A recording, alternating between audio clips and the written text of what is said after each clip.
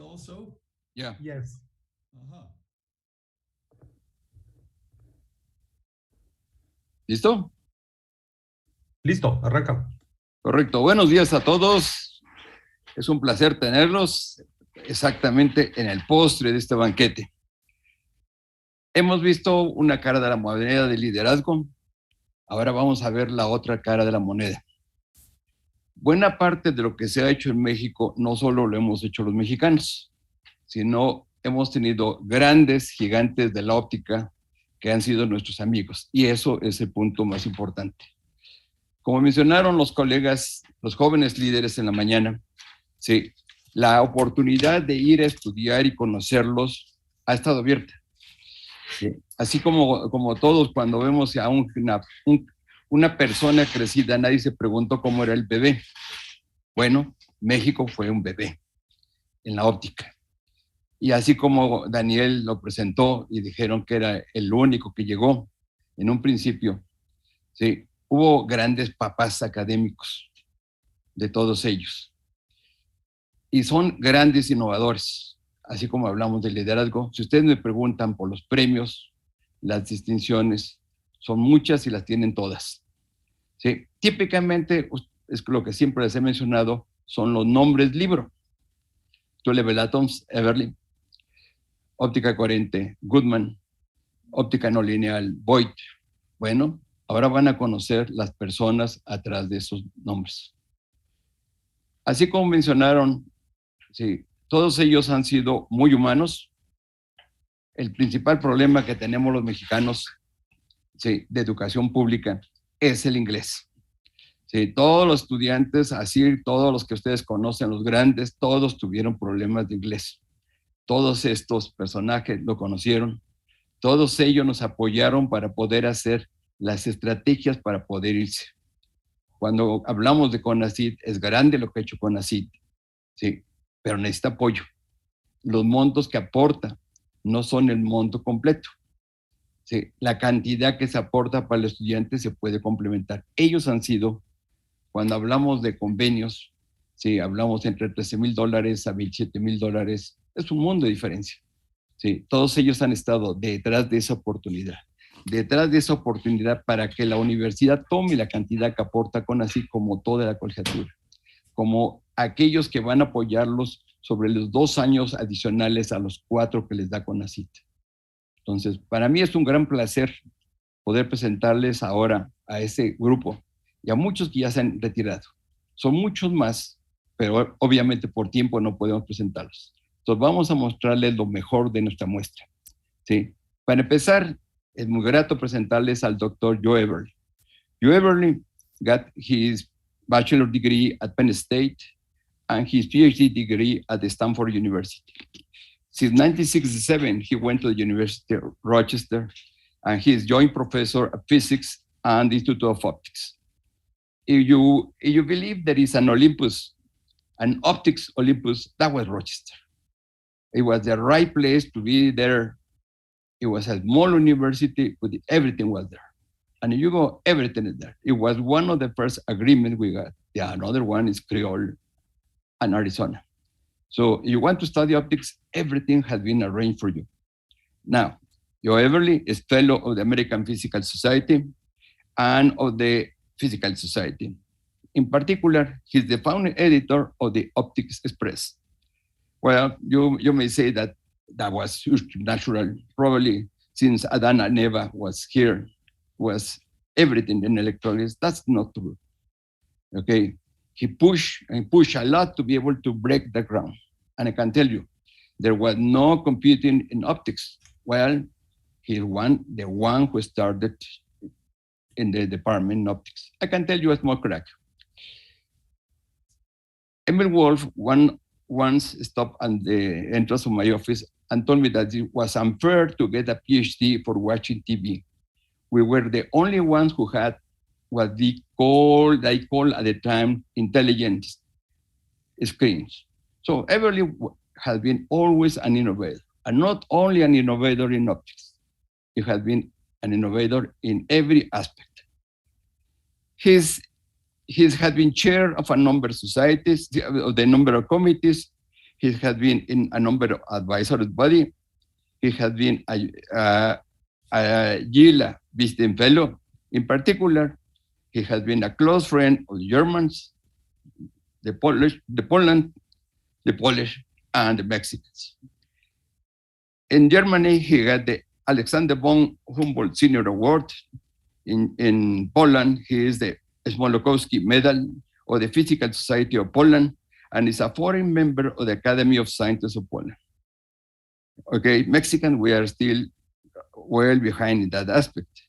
He has received the Charleston Award, the George Award, the Yorken Award for Creative Innovation in Undergraduate Teaching at the University of Rochester, and the Frederick Ives Medal.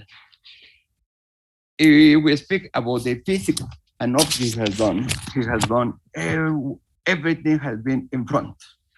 Revivals, entanglement, and it's always, I would say, this kind of person that can explain you physics with very, very simple words. So for me, it's a pleasure to introduce Joe Every. Professor. Okay. Thank you, Javier. That was much too much. It was nice to hear you speaking.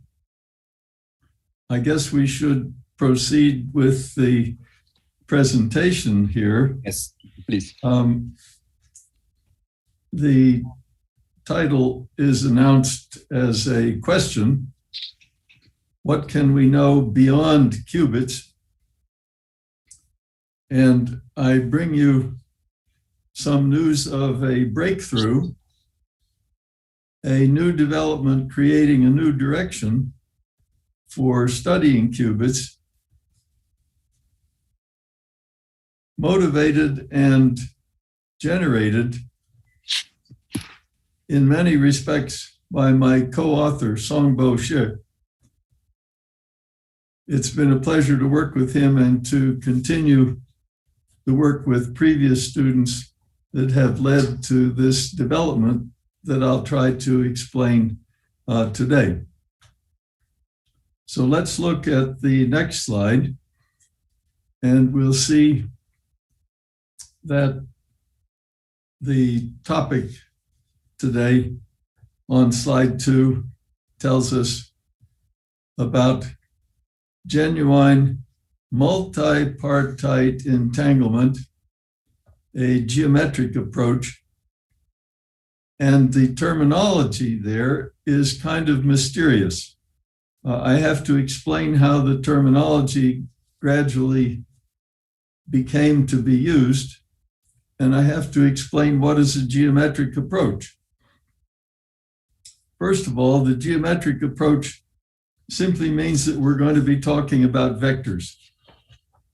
Now, everybody knows about vectors, and these are vectors in specific vector spaces, quantum state spaces. So we have to talk about qubits. So let's look at slide number 3. And it asks this question: what is a qubit? What is a quantum bit, a qubit? It's a two-state vector, and I use this Dirac notation with a little q inside to indicate I'm talking about a qubit. But across the slide, there are 3 different symbols or 3 different indications that I'll use during the talk to indicate qubits. On the left-hand side, the blue circle with the arrow indicates that it's a qubit. It references or stands for a qubit. What does it mean? It means that we have a 2-state system, a system that could be in state number 0 or could be in state number 1, and a superposition of those 2 states is possible, just as vectors can superpose with each other. So this is what we'll mean when I keep talking about a qubit. And in the next line underneath that drawing, you'll see it talks about the Dirac notation for this state Q as a coefficient alpha multiplying the qubit state 0 and that's added or superposed with coefficient beta multiplying the other state, which is labeled 1. So there are two states available to this quantum object that we call a qubit, and the strength of each possibility is indicated by the coefficient that multiplies it. So alpha and beta are simply real numbers, and 0 and 1 are two different vectors. And here we're adding two different vectors, so that's a superposition. But the question then says, what can you do with it? And the thing we'll be most interested in doing with it is making entanglements. So if you look at the picture in the lower right-hand corner, you have a qubit A that's all blue and a qubit B that's all pink or red. And the jagged line between them is the artist's way to indicate those two qubits are tangled with each other. And on the very bottom of the slide, it shows how two qubits on the left-hand corner, two qubits, qubit A and qubit B, share a state together, even though they're in different vector spaces. The state that they're sharing is a superposition shown in the next pair of terms, delta multiplying a state that has the 0 part of A superposed or shared with, sorry, I made a mistake. The states in vector space A can't be superposed with states in vector space B. Different vector spaces simply don't superimpose. So it's simply in the left-hand corner, delta times 0 for A, simply multiplied by the state 1 for B, but then that is superposed with a different combination, gamma times the state 1 for qubit A and state 0 for qubit B. Now notice the non-equal sign that's at the bottom in the middle of the slide.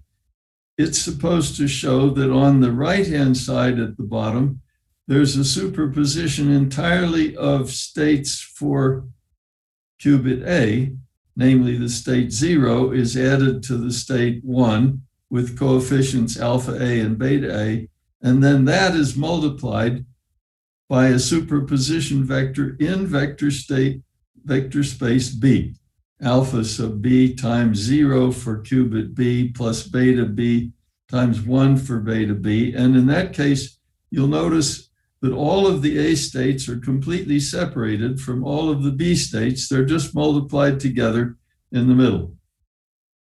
That's not the case on the left-hand side at the bottom. The left-hand side of the state QA, QB written there does not allow the A's to be separated from the B's. The 0A can be factored away from the 1B, but that does nothing for the 1A. So the A's and the B states are thoroughly superimposed among themselves. So it's a superposition of a product. That'll turn out to be important. So let's look at the next slide, number 4, and we'll see what it is we can do with an entanglement. We can actually use the entanglement to teleport a qubit. Now you can obviously tell who is Alice and who is Bob in these pictures. And if we start in the upper left-hand corner, what the picture shows is that Alice has received a qubit that's green and it has a question mark, meaning Alice has been given this qubit in her instrumentation, but does not know what the qubit is. She's not been told what the qubit is, but she's been given an instruction, send that qubit to Bob. But she doesn't know what is the qubit. So in the upper right-hand corner, part B, it shows how this problem is solved. A helpful person has an entanglement of qubits A and B. The blue A and the red B are entangled. Two different particles, but their states are entangled. So the particles can be moved independently, staying in their states, and one of the entangled qubits, A, is sent to Alice. The other entangled qubit is sent to Bob. So now each of them has half of that original entanglement. It doesn't destroy the entanglement, it just destroys the location. It just changes the location where the halves are located. The half of the entanglement A has gone to Alice. The half of the entanglement B has gone to Bob. And what Alice does now is to measure the combination. And that's what's shown in the lower left corner. The combination of qubits A and question mark are measured together. Alice doesn't know either one of them, but she's able to determine how the two qubits together can be combined into Bell states. So she learns what the combination is in Bell states without knowing what either qubit is at all. And she tells what she has learned about that by telephone. She just calls Bob on the phone and tells him what she has learned about the Bell state, the combination of the two unknown qubits. He's sitting there. Notice that he's sitting in the lower left-hand square. He's sitting there with qubit B, which was the other half of the entangled pair. He's holding that in the meantime while he's listening to Alice tell him on the phone what she learned about the Bell state. And by telling Bob that information, he knows how to measure the qubit Bell state unknown to Alice, is able to measure that and to convert B into the question mark state.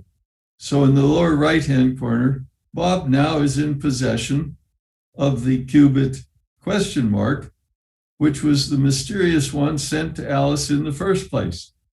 He now owns it because he's been able to make use of the information that she passed by phone with his own instrumentation onto the qubit that he was calling B originally, because that's what came to him from the original entanglement. Well, this is a teleportation of a qubit, and it needed that entanglement. The upper right-hand corner shows the entanglement of qubits A and B that had to be supplied, one half to Alice, the other half to Bob, in order to enable this to go forward. And this, one might say, was the first indication that entanglement, even though intuitively very puzzling and cause of some fake paradoxes, nevertheless would be useful. It would have some importance, and we now know of many quantum protocols that engage entanglement in their use. So now we've established that entanglement can be used for something. Let's take a look, slide 5, and we'll see different kinds of entanglement that can be present. One kind of entanglement is no entanglement at all. The upper left-hand corner shows a blue qubit A and a red qubit B that simply exist together. They exist together, but in entirely separate vector spaces. And in the quantum donation, this would be called a product state, simply a multiplication of one of the qubits times the other. Another way that entanglement can be used when it actually exists, shown in the lower left-hand corner, qubit A entangled to qubit B. One way to do that is by what is called a Bell state, and a Bell state is assigned a lot of entanglement. A unit of entanglement equal 1 is assigned to Bell states, and the Bell state in the bottom right-hand corner is just a reminder of the one that we mentioned earlier, that the 0 state for A is multiplied by the 1 state for B, just multiplied because they're in different vector spaces. They can't really interfere with each other. but they can be added to a different pair, 1 for A and 0 for B, and that combination is basically what's known as a Bell state. Okay, now on the next slide, if we have two parties available, we have the opportunity to ask the question, how many kinds of entanglement can be found? And the Bell state is obviously a pairwise entanglement. It's an entanglement of one qubit with the other, as we showed on slide 5. But it's also possible for one of the qubits, in this case the blue one, to be entangled with 3 other qubits that aren't entangled among themselves, but can be considered altogether a very large quantum state, because each of the qubits brings 2 independent quantum states into the picture. So there's 6 quantum states available in the box on the right-hand side. And one way that the blue qubit can be entangled is to entangle with that group. Okay, so this opens possibilities that can be explored. Let's look at the next slide, number 7. And we see here's the way in which an actual 3-party entanglement might be depicted. Each member is a qubit, blue, red, green. Each one has 2 vector components, 2 states available, 0 and 1. And each of those qubits could be entangled to the other 2. Notice that it's completely symmetric. Each of 1 entangles 2 and 3, 2 entangles 1 and 2, 3 entangles 1 and 2, and 2 entangles 1 and 3. Okay, so that's going to be useful and allows, I think you can imagine, it allows a higher degree of entanglement, permitting a greater degree of utility for tripartite 3-party entanglement. So on number 8, there's a slide number 8. Let's take a look at that, and we'll see just a kind of summary of what I was talking about. Different kinds of multipartite, many-party entanglements. On the left-hand side, we have 3 qubits. They aren't entangled at all. It's just a complete product state. The individual states in their separate vector spaces just multiply. They coexist. They can't superimpose, but they can coexist.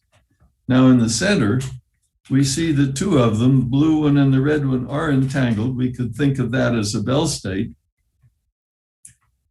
And that simply sits together with the green qubit, not entangled in any way, but they simply coexist.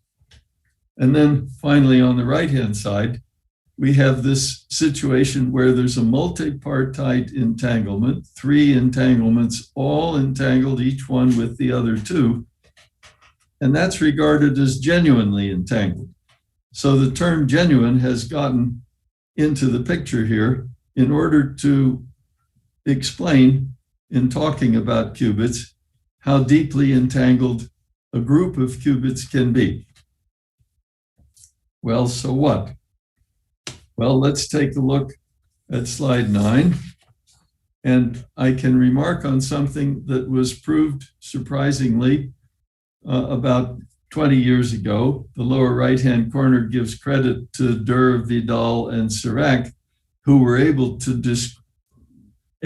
prove that if we have 3 qubits, there are 2 entirely different, but only 2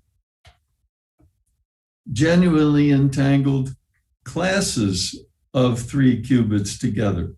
So tri-qubit entanglement is possible to exist in a genuine form in just 2 different ways. And one way is called the GHC, the Greenberg-Horn-Zeilinger class, and the W class on the right. The simplest examples of those 2 classes are written at the bottom. The GHC class simplest example is simply a triplet of zeros superimposed to a triplet of ones. And so looks a little more complicated in the W case, where we have three different states. Each has only one unit of excitation. It's located either in qubit A, qubit B, or qubit C. What should we do? What can we do? Let's keep going. And we come to the very first in slide number 10, the first actual measure, a formula or combination that we'll be able to use as a way to measure how much entanglement one has. This measure is called a concurrence, was invented by William Wooters. The reference is in the lower right-hand corner. That's a little more than 20 years ago, when he invented this measure of 2-qubit entanglement, and it has become extremely convenient. It's able to assign the value 0 to a product state when there's no entanglement. It assigns the value 1 by convention to the states that are maximally entangled, ones that can't get more entangled than is shown. And then there is a situation of partial entanglement, and concurrence is able to enter into that domain and apply a number between 0 and 1 to indicate partial entanglement. This was a big advance to have available such a convenient measure. So I'll use the symbol C for this, and it applies to 2 qubits, so it'll have 2 subscripts, in this case C12 for qubit 1 and qubit 2, 3 possible ranges of values, Z0 at the bottom, 1 at the top, and some number between 0 and 1 in between. And we're in quantum state spaces here, so it's important to know that the concurrence measure is a real number. Okay, let's go to the next slide, number 11, and we'll come back to this issue of genuine entanglement. The genuine entanglement when all of the parties are entangled with all of the other parties. So product states, of course, don't have anything like that. Product states simply have states from different vector spaces simply coexisting. In different vector spaces by themselves, they can't superimpose at all. Then there are biseparable states, sets of states that can be broken into just 2 parts, and the entanglement between the 2 parts is available. This is also not genuine. It doesn't allow all of the parts to be entangled with all of the parts, just the groups. The 2 groups are entangled with each other, and then finally, genuinely entangled. And the nice question, it's a nice question because it has a nice answer. Can we construct genuine entanglement out of concurrence? And that's what's been a topic of active energy by quantum theorists for about 2 decades. Constructing measures for genuine entanglement. Now, this is an abstract thing to assign a number to a physical situation, but clearly quite important. If you're using entanglement for a quantum algorithm or a quantum protocol that's going to help you do quantum computing or quantum cryptography, very important applications that are partially in use already today, one should be concerned, one is concerned about the amount of entanglement that's necessary, the amount of entanglement that is available. So to be able to construct using concurrence, which is a measure giving an actual numerical value from 0 to 1, can we apply that to genuine entanglement? And the answer is that we have found a way to do that. and I think it's going to make a nice contribution to the applications that are being undertaken using entanglement. To go a little bit further, let's look at slide 12, which is kind of a summary also. We have some necessary conditions in order that a genuine entanglement measure should be useful. First of all, for genuinely entangled states, it should be strictly positive. The measure should turn out to be strictly positive. For product and biseparable states, we already established that they are not genuinely entangled, so the measure should assign 0 to them. Then this LOCC stands for local operations and classical communication, the simplest kind of manipulation that can be applied to these states should not be able to increase genuine entanglement. The entanglement should be something that is permanently attached to the multipartite state and not susceptible to increase by any external application involving only classical communications. And finally, we've discovered that an additional criterion is necessary, a necessary condition for genuine entanglement measures. In the tripartite case, as a test, the genuine entanglement measure for the GHZ state should turn out to be greater than the genuine entanglement measure for a W state. There's a physical motivation for that inequality. It has to do with teleportation. It's been found that tripartite entanglement is much more reliable in enabling teleportation. So if teleportation is part of your protocol in carrying out a particular quantum operation, then one wants to be sure that the tripartite elements of it would be in GHZ state combinations rather than in W states to take advantage of this greater reliability. Okay, so that's necessary conditions, but we still haven't answered how are we going to construct these measures out of concurrence, which will be a big convenience. So let's look at numbers 13. Along the way, we discovered, with the essential assistance of Xiaofeng Chen, that there's a fully symmetric entanglement polygon inequality. That sounds complicated. What does it mean? It means that if we have a single qubit, that's number 1 over there, blue, and we ask, what's the concurrence that evaluates its entanglement to the other members of the collection?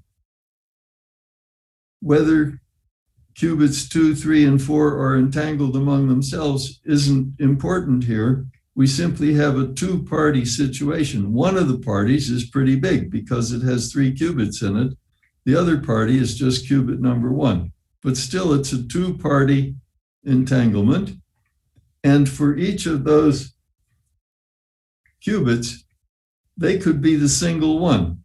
And so there are 3 different entanglements. Actually, there are 4.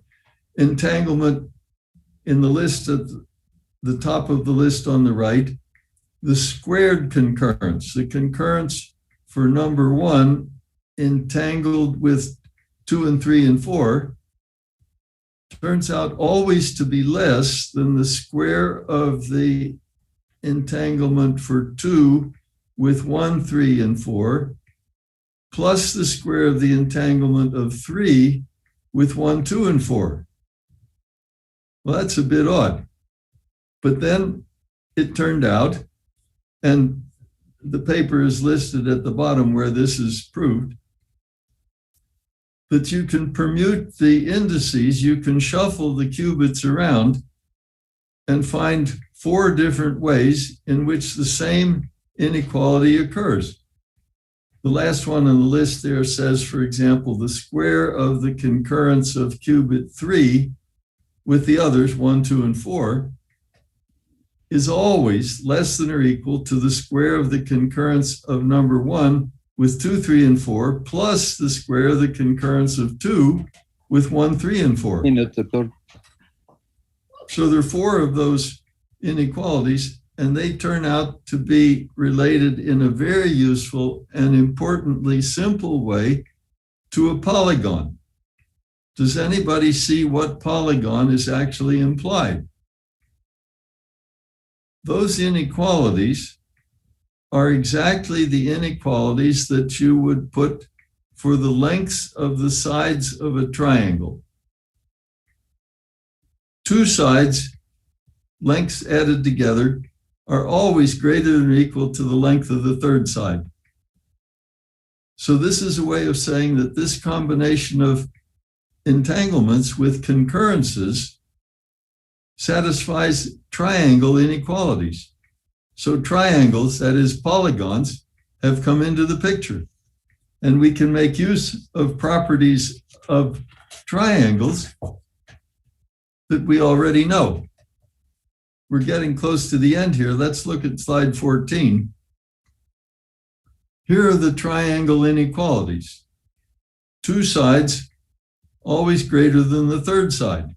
2 sides greater than, and in this case, we've squared the concurrences. So the concurrences are labeled there on the right-hand side, labeled beside the sides of that triangle. And the locations of qubits 1, 2, 3 are indicated at the apex, lower right, lower left, and top of the triangle. What Songbo discovered, remarkably, is that the area of this triangle, the area of the concurrence triangle, actually is a GME measure, a genuine multipartite entanglement measure. It satisfies all the requirements that such a measure would have to follow. And it's easy to calculate. I wouldn't say it's a quick calculation, but the formulas are known. The formula for the area of a triangle, if you simply know the lengths of the sides, is an ancient formula.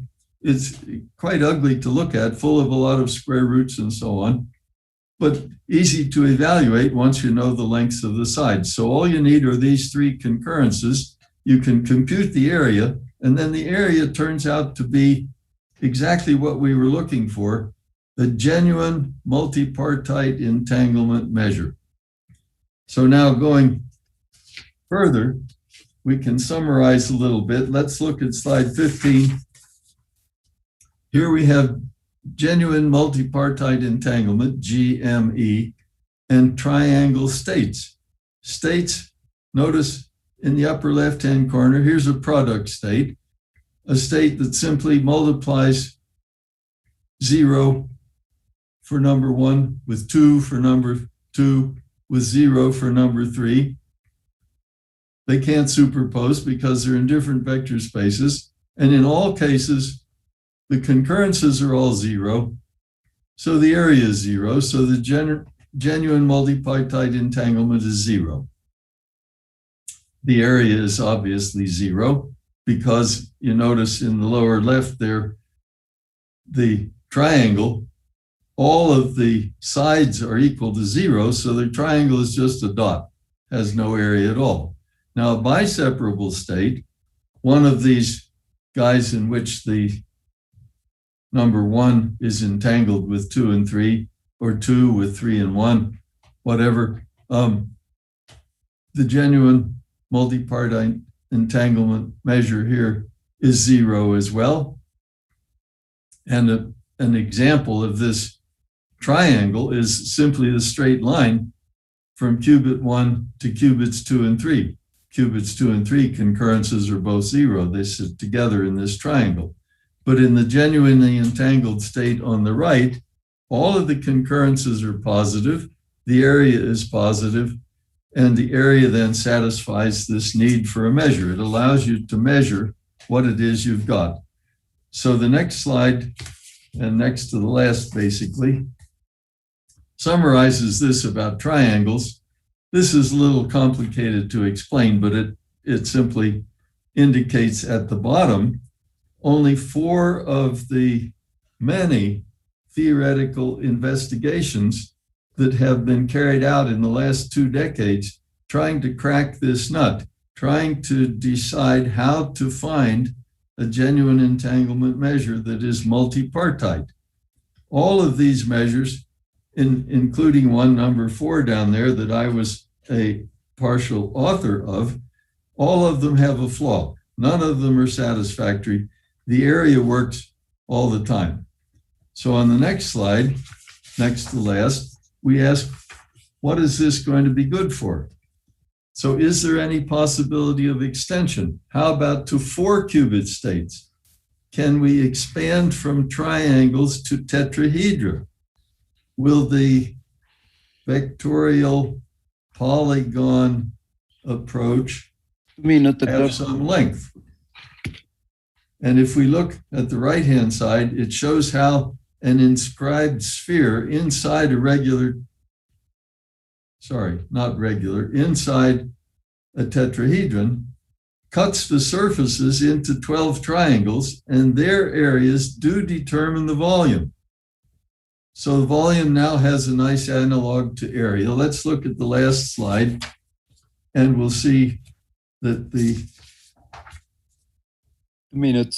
entanglement monogamy relations are maintained. Now you may have heard of monogamy. Let's just look quickly at the upper left-hand inequality there.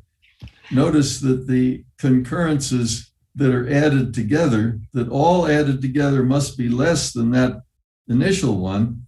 All of them involve party number 1. 1 with 2, 1 with 3, and 1 with 4. And what this says is, since all of these concurrences have to be less than 1, if party number 1 is well entangled with party 2, so the concurrence there on the right-hand side is nearly 1, the left-hand side can't be bigger than 1, so it means that entanglement of 1 with 3 and with 4 cannot be large at all. So this is monogamy. You have to pick a partner. When you've picked a partner, then it prevents aligning with another partner. Now, last slide simply asks the question that's on our mind now, of course, what's next? Can we extend to more qubits? Can we extend to mixed states, for example, by this convex roof construction? Would it be necessary to go to qubits away from qubits? We don't know. And how about applications? That also remains to be seen for the future. So this is the end of the explanation of the breakthrough, the end of 2 decades of work on this problem. We have a genuine tripartite, multipartite entanglement measure. So thanks for your attention. Thank you very much, Doctor. We are going to take only one question because of time. Professor Oleksy says, what is the reason to introduce genuine entanglement? I always thought that entanglement is like fish. It is fresh or not fresh. There cannot be semi-fresh fish. That's too complicated for me to keep in mind. I wonder, is there a way that we can share a chat screen? Yeah, yes, it is. Miguel, por favor. Okay, so please write out that question there, and I'll try to answer it. Miguel. ¿Puedes, Miguel? Let's see, share screen. Hold on.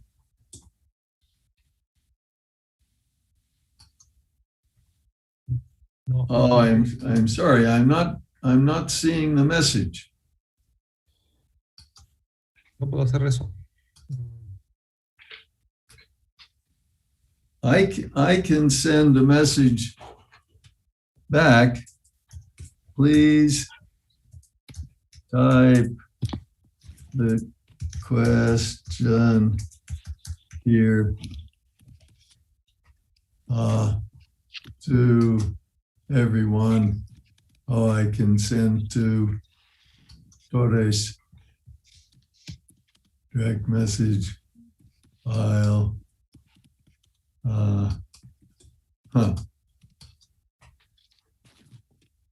Oh, I'm beginning to see a message. What is the reason to introduce genuine multipartite entanglement? I guess that's a good question. Yes. What's the reason to do that?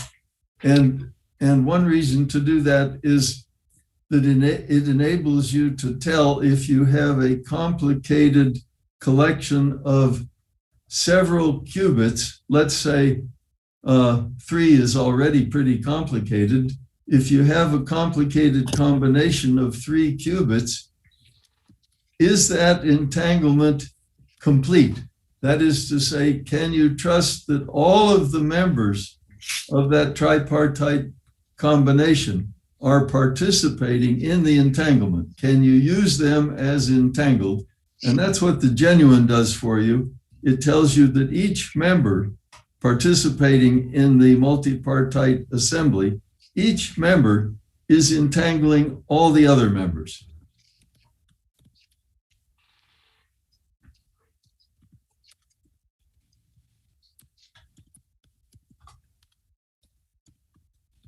Okay, how are we doing?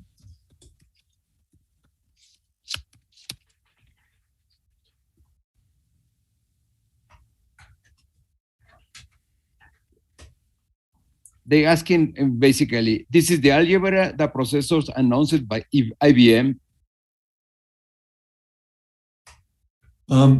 They're speaking about a quantum computer, Professor. What about a quantum computer? He's asking if this is the algebra that IBM announces. Oh, is this is this part of an IBM announcement? Is this part? And the answer to that is no. Right. Unless IBM has read our FizRev letter from January, they don't know this. I believe that it's safe to assume that IBM does not know everything.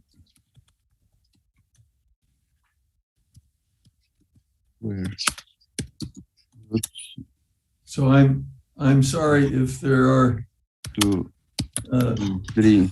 If there are fans of IBM in the audience. Some things IBM doesn't know.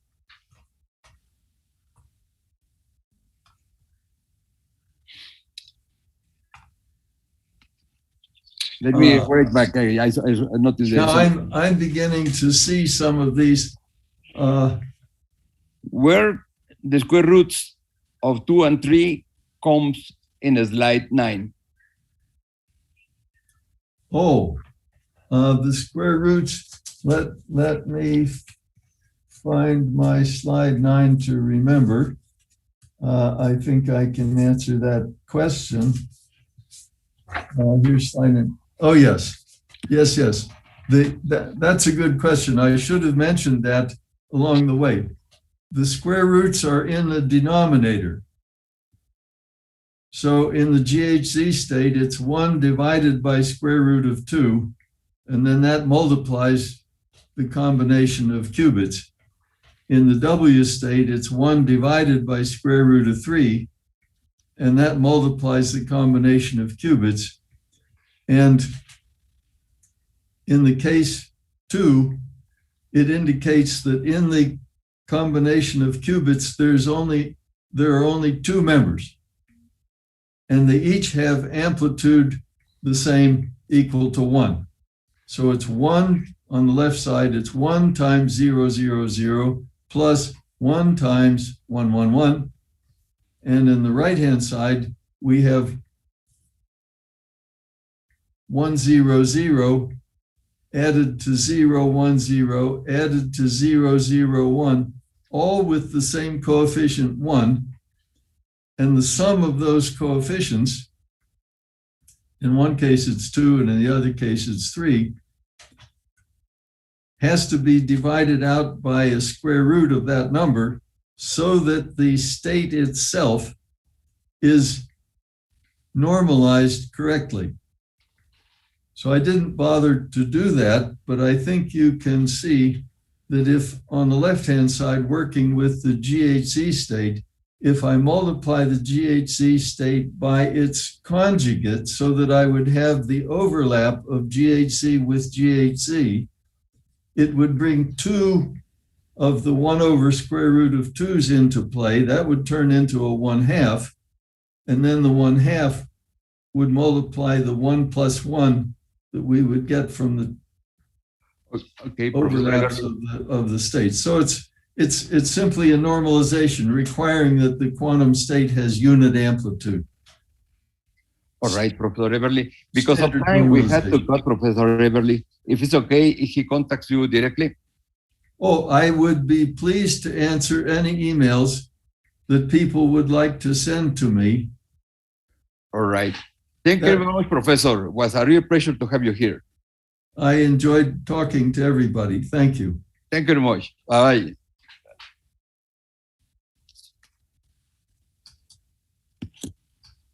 Listo, Miguelito.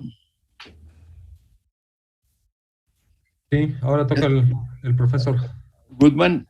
Sí, y luego, porque ya va tarde. Sí, exacto.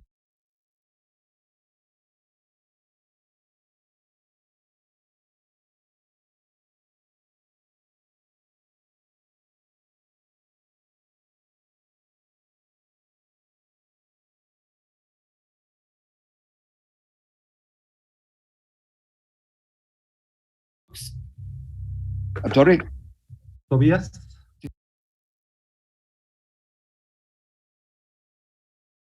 Introduced to Professor Joseph Goodman. He's very well known for all his books. He's a professor. He's a William Ayer Professor of Electrical Engineering at Stanford. He got his bachelor degree from Harvard University in 1958, and then he got his PhD from Stanford in 1963. He has been president of the Optical Society of America, president of ICO, president of the OSA, and Professor Goodman has a number of prizes and a number of recognition that I will not take time to give more time for his lecture. He's pretty well known for his activities abroad, especially, for example, Argentina, Japan, Australia. And for us, he was very important when we're pushing for our recognition at ICO and our first meeting. Now, it's my pleasure to introduce Professor Goodman. Thank you very much. I'm going to try to share my screen now. Find the right, where is it? Let's see.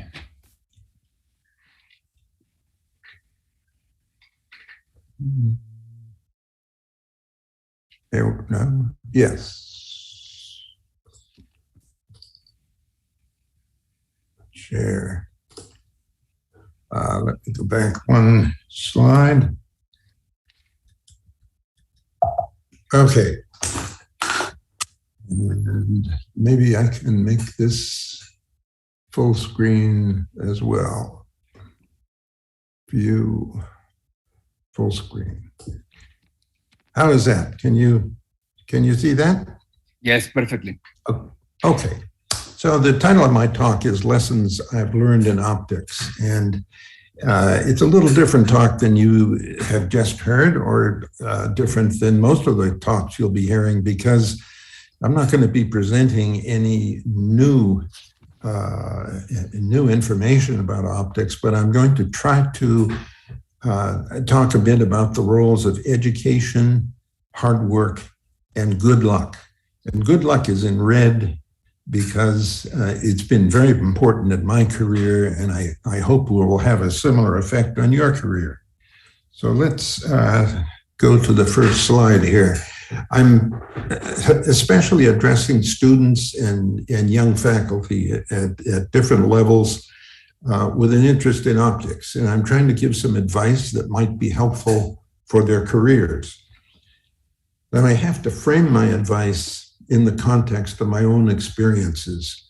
And I'm sorry if that sounds as though I'm focused on myself, but it's the only way I can derive advice to give you. The view will be that of a university professor who had some limited experience in business. So let's go on. Page up. Okay. First topic is adaptability. And I predict with some confidence that there are going to be dramatic technology changes within your careers if you're a student or if you're a young faculty member. And are you going to be able to adapt to those technology changes? You may even want to change fields at some point. If you're going to do that, you really need the broadest education that you can get.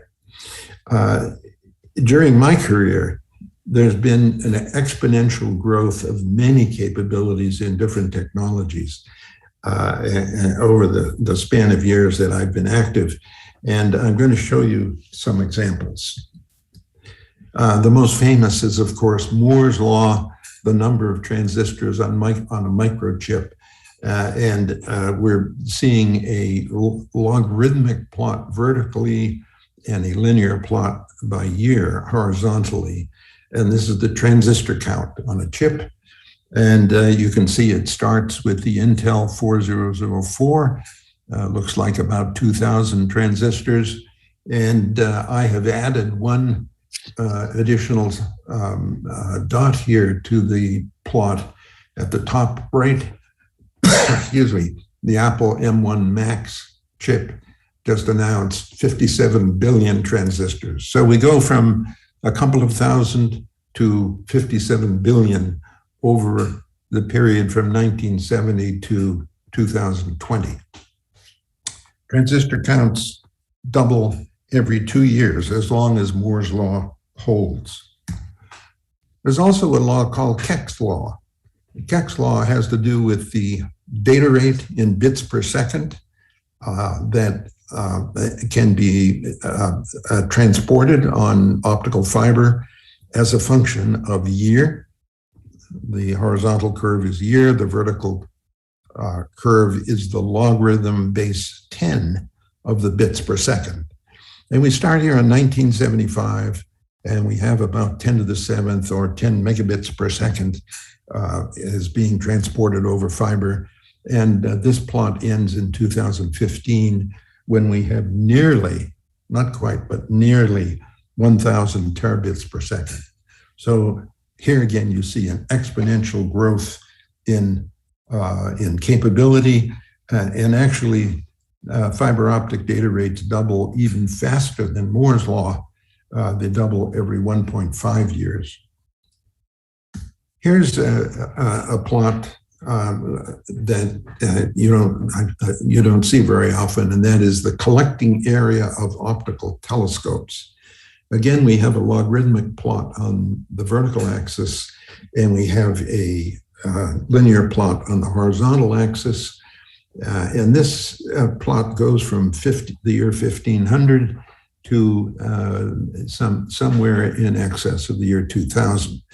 The solid dots you see on this curve represent actual telescopes that are in operation, and the hollow dots that you see on the upper right are telescopes that are planned but not yet in action.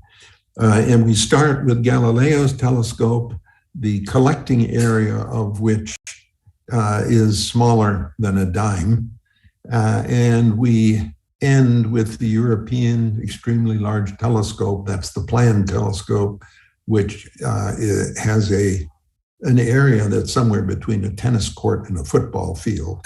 And if you look at a linear approximation of this curve, you find that the collecting area doubles every 20 years.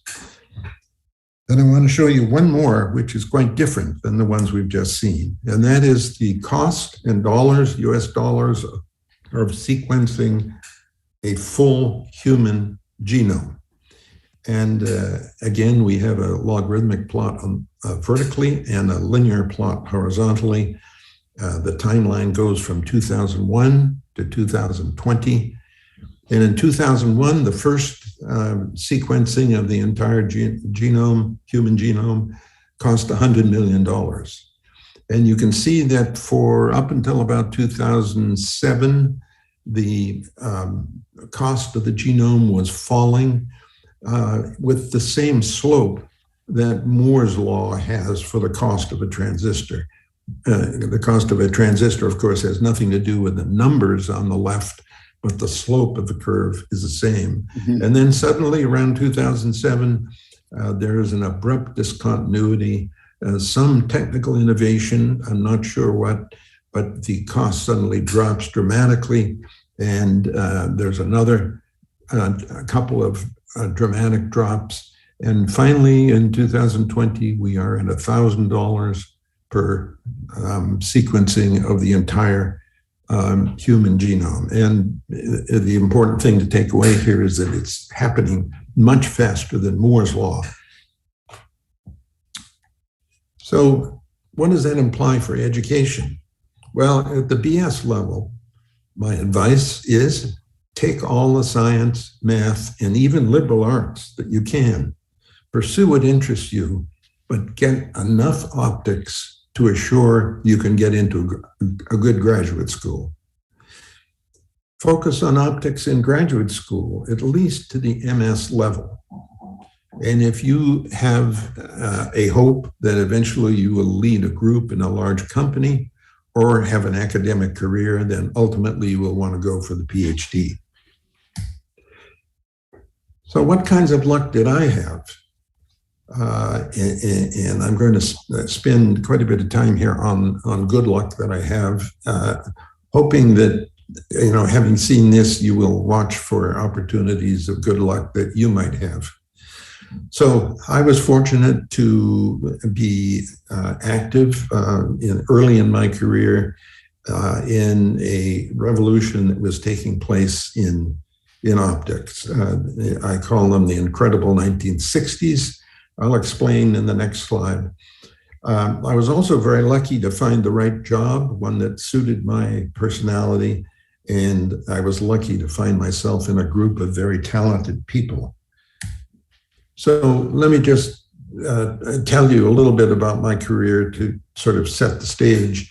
In 1962, I finished a PhD, not in optics, nothing to do with optics. It was in radar and communication theory, signals and noise in linear and nonlinear systems, absolutely no optics. In 1962, that same year, commercial helium neon lasers became available. The first commercial helium neon lasers. And in 1962, modern holography was born, thanks to Leith and Upatniks in the USA and Denisyuk in the former Soviet Union. Research opportunities in optics were everywhere. You didn't have to look very hard. You'd find an interesting problem that was solvable. And the value of a broad background is that with some work, you can change fields when it's advantageous. That's what I had to do. And I'll explain a little bit more about that. Some more luck in my career. In 1963, after a postdoc in Norway, I joined a research group at Stanford as a research associate, and I was offered a chance to work on a research contract aimed at finding out what lasers might be good for. This is how I entered the field of optics. And in 1963, one of the earliest things that fascinated me, once we had a helium neon laser, was the speckle phenomenon. And I recognized that it had implications for the performance of optical radars. And I published a technical report on speckle statistics, which I will talk a little bit more about in a minute. In 1964, modern analog optical signal processing was born thanks to Vanderloot at the University of Michigan, course, there'd been earlier work by Marshall, by Suzuki, but modern analog optical signal processing really started with Vanderloopt. And in 1964, this was an important step in my career, I went to a short course at the University of Michigan. It was taught by Leith and Upatniks and Vanderloopt and others, and I gained a lot of confidence from this course. And I recommend it to you that if you have chosen a research topic, a research area that you are going to concentrate on, if you have the chance to attend a course written by the then leaders in that field, you will gain an enormous amount of confidence that you are on top of this field, you know what's happening, and you can judge what work would be important for you to do. This was my first work in optics, an early technical report that I wrote published in 1963. I did not have the confidence to publish this in an archival journal, and I'll say more about that in a minute. But that was the very first work, a technical report. And you'll notice that the title of this involves the word sparkle, not the word speckle. The word speckle had not been used for this phenomenon. I was a young researcher. I was starting a career, new to optics, and I really was uncertain whether the work that I had done in that report deserved publication. If I had published it, we'd probably call it sparkle today rather than speckle. But it was not until 1965 that I published a paper on the effects of speckle on optical radar performance. The lesson here, my mistake, don't undervalue your work. If you do some research early in your career that you think might be worthy of publication, seek advice from your advisor or a more experienced mentor whose opinion you trust. I actually had no optics mentor. If your trusted advisor thinks the work is worth publishing, don't hesitate to write it up and have your advisor check it. And there are many journals in which you could publish your work. Choose one where you think the work will be most appreciated. Continuing on luck in my academic career, in 1965, I was given a chance to originate and teach a course on Fourier optics at Stanford, even though I was not on the faculty. It was a summer course. The restrictions were a little looser in the summer. So I started, as I taught the course, I started writing course notes since there was no text available. And I want to emphasize that if you want to learn a new subject, there's no better way to learn it than to teach it. You've got to stay 1 or 2 steps ahead of the students, and it really is a lot of work, but it is a great way to learn a new subject. Now, one other thing happened in 1965 that I want to describe because it had an important impact on the field of optics. In 1965, there was a description of the fast Fourier transform algorithm published by Cooley and Tukey. And this fast Fourier transform algorithm, the FFT, had a tremendous impact on digital image processing and optics.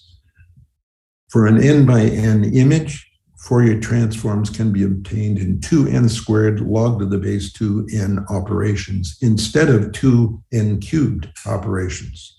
And I'll illustrate the impact of this improvement shortly.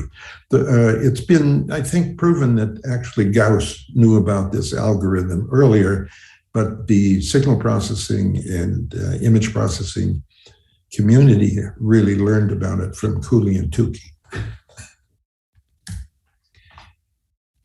Now, continuing on this path, in 1967, Lohmann and Paris published the first paper on computer-generated holograms. 2 earlier papers from Lohmann's group studied computer-generated masks for analog optical signal processing.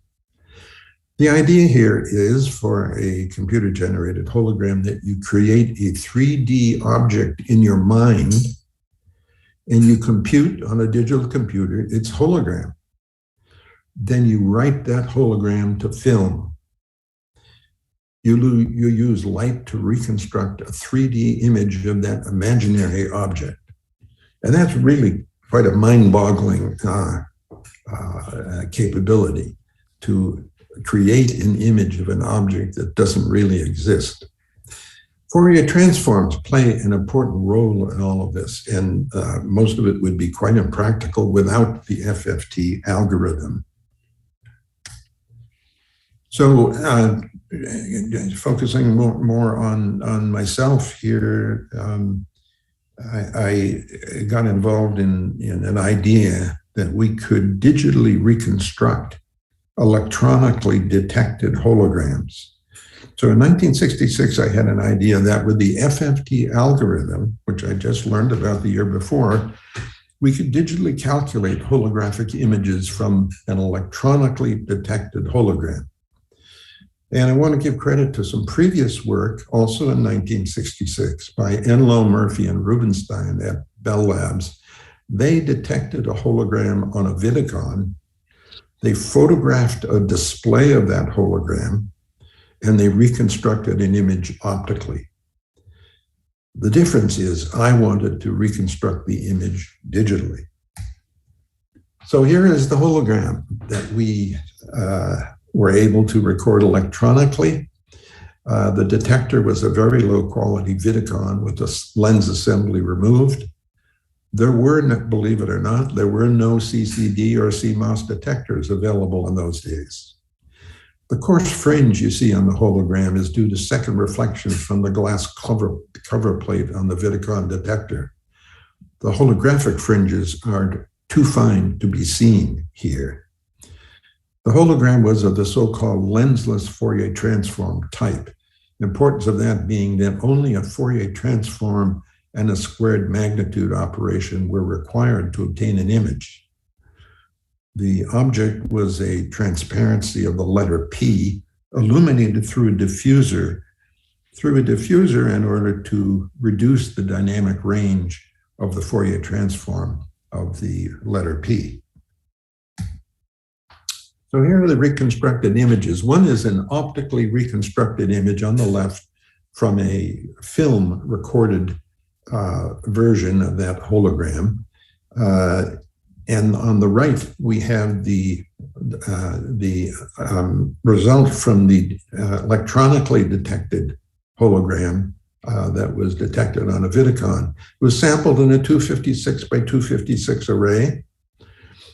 In those days, we were using a PDP-6 computer, and it took 5 minutes of computation time using the FFT to calculate this image from the data that we had electronically detected.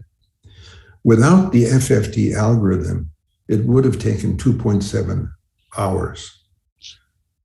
Today, with my desktop computer, without any special purpose hardware, the time required is less than 2 milliseconds to do these operations.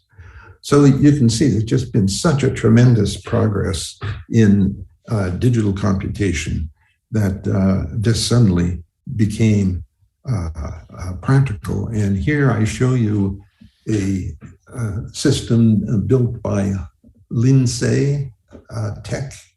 It's a digital holographic microscope. The system is designed to measure the roughness of implantable prostheses. It uses electronic detection of holograms and digital calculation of images. So it had some practical, it is a practical technique nowadays. In the days when we first did it, it was perhaps faster than developing film, processing film and optically reconstructing, but it wasn't fast enough to be terribly useful. All right, now I'm going to, the previous discussion really illustrated the impact of the advance of technology during my career. And I want to talk now about another project that we did early on that has a message which I would like to convey to you. And this has to do with the sensitivity of holographic versus conventional detection for imaging.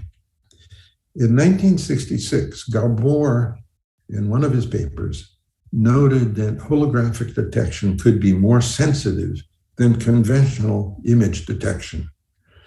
This was more of an intuitive feeling than one that he proved mathematically. He estimated a tenfold improvement in sensitivity might be possible if one compared conventional image detection and holographic image detection with the same film in both cases.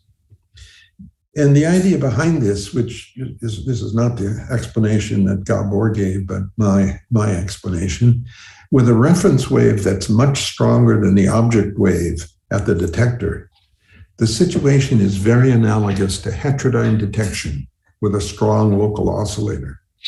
The interference of the object wave with a strong reference wave boosts the amplitude of the holographic fringes. And our experiments in 1968 showed that, indeed, a tenfold improvement in sensitivity in terms of photons required per object resolution cell was true for plus X film when conventional imaging and holographic imaging were compared. So look first across the top of this set of images. These are conventionally detected images on plus X film. The image on the left, which is the clearest, if you average over the image, you find there are about 9,000 photons per resolution cell. This takes account of the assumed quantum efficiency of the photographic emulsion. About 9,000 photons per resolution cell on the left, the far left. If you look in the middle, we have an image of the same object, about half the number of photons per resolution cell, 4,500 photons per resolution cell. And if you look on the right, we've reduced the number of photons per resolution cell to 3,000. We're beginning to see background noise.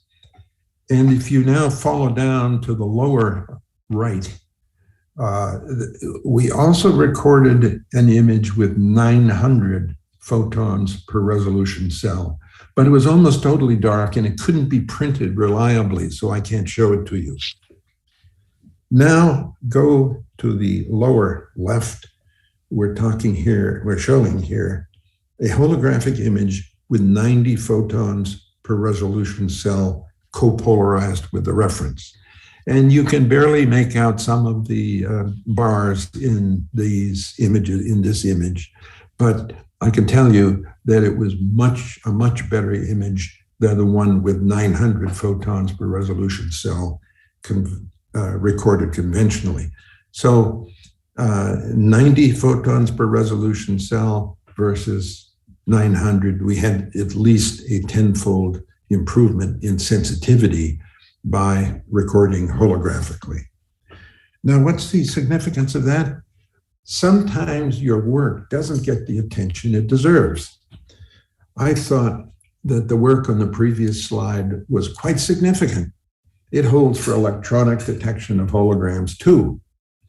With a proper reference wave intensity, holographic detection can approach the quantum limit of sensitivity, even for a detector that has significant thermal noise. Mm-hmm. However, if you look on Google Scholar, you'll see that in more than 50 years, this paper has been cited only 20 times. And some of my publications have never been cited. My message to you is don't be discouraged. Turn your attention to your next research topic and move on. I thought that the work on the slide was quite significant. It holds for electronic. What's going on here? Luck in my academic career. We're continuing here.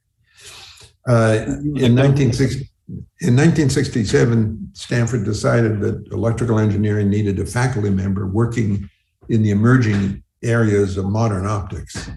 I was in the right place at the right time, and I was appointed an assistant professor. And because of that summer course that I had taught, I was able to put together a book, publish a book in 1968, Introduction to Fourier Optics, which was the first textbook to cover modern holography and optical signal processing. And that was really lucky timing. It was just the right time for a book like that. All right, now to another message for you. Think carefully about the broadest implications of your work. Don't focus too narrowly on what the implications might be. And I want to talk about a system that in 1978 I conceived and published with a couple of my students. And let me just explain how it works. The picture on the right, I have a source array, incoherent sources, mutually incoherent sources. The light from each one of those sources with suitable optics is spread into a vertical column on this mask, which consists of a variety of matrix cells. So the light illuminates a column. And then on the other side of the mask, suitable optics bring the light to focus from a row onto a single photodetector. And this combination is spreading the light vertically while imaging horizontally, and integrating the light horizontally while imaging vertically. That produces a matrix vector multiplication.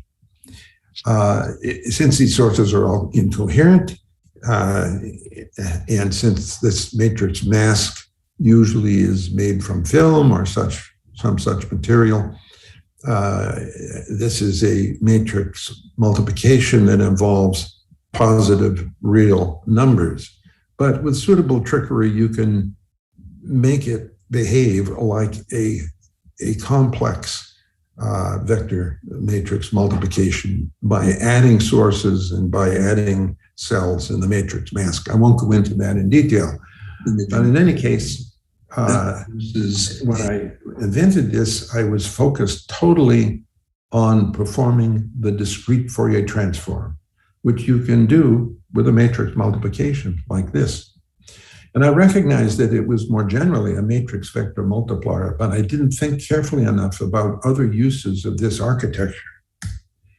So again, think carefully about the broadest implications of your work. There are other applications in which this architecture is useful. Some used it to implement artificial neural networks. Others incorporated a programmable mask and used it as an optical switching device.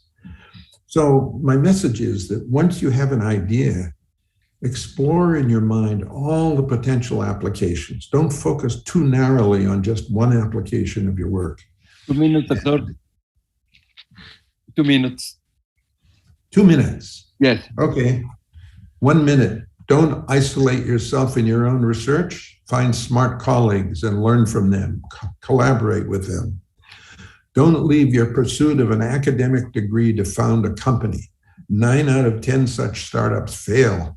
Get your degree first. The chances you'll be the next Bill Gates, Sergey Brin, Larry Page, Jerry Yang are very slim. But give it a try after you get your degree, not before you get your degree.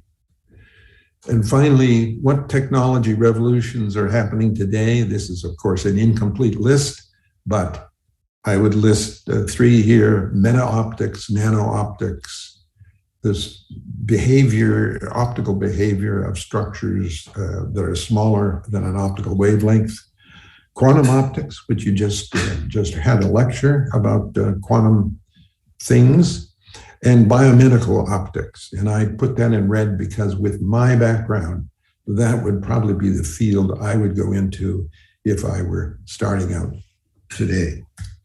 Conclusions: get the broadest and most basic education you can. Include biology. Don't stop learning when you finish school. Watch for technological revolutions and adapt. Look for opportunities to bring order to a chaotic field. Once you've mastered the field, you might write tutorial papers or even books. And finally, I wish may you have as much luck as I had. Thank you very much for your attention. Very good, Doctor.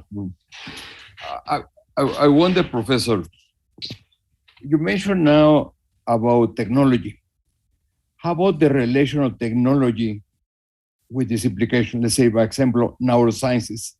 In the last lectures, we have been a lot of relation of optics and neuroscience. And everything you mentioned in optics, nano, and even quantum are moving into the direction of information. But now we are getting closer and closer that the relation is between humans and actually technology. How do you see that aspect, Doctor? If I understand your question properly, and I'm not 100% sure I do, but if I do, you may be referring to sort of the interaction of the human observer with yes, various optical phenomena. And there's tremendous attention right now to augmented reality and virtual reality. This is one example of that field. But more generally, I think that's a very, particularly for those who have that particular interest in humans and in how they interact with images, there's lots of opportunity for interesting research in that area. I might even include that as a subfield in the biomedical engineering topic. There is another question, Doctor. Could you give some advice to the approach to the industry? Give some advice to the approach to what? How to approach the industry. Could you give some advice on how to approach industry? How to approach industry? Oh, you mean how to, could I give some advice about how to start a company? Is that what you're asking? Yes, you're right. Right. Okay.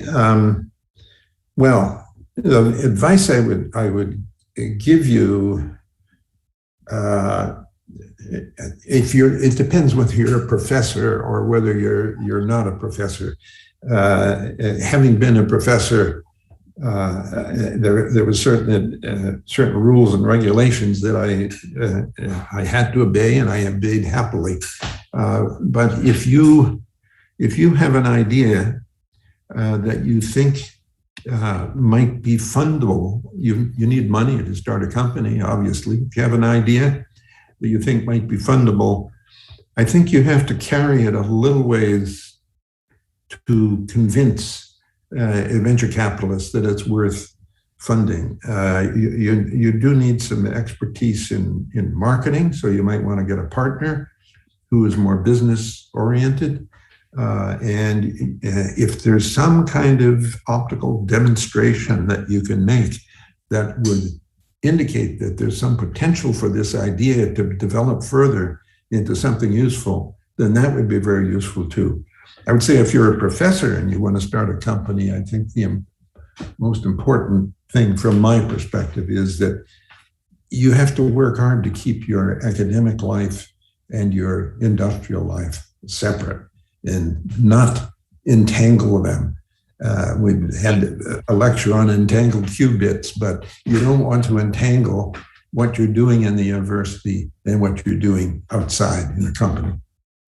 All right. Thank you very much, Doctor. I think we're going to cut here to go to the next speaker. We appreciate very much your attention and your thoughts. Thank you very much, Professor Goodman. Robert?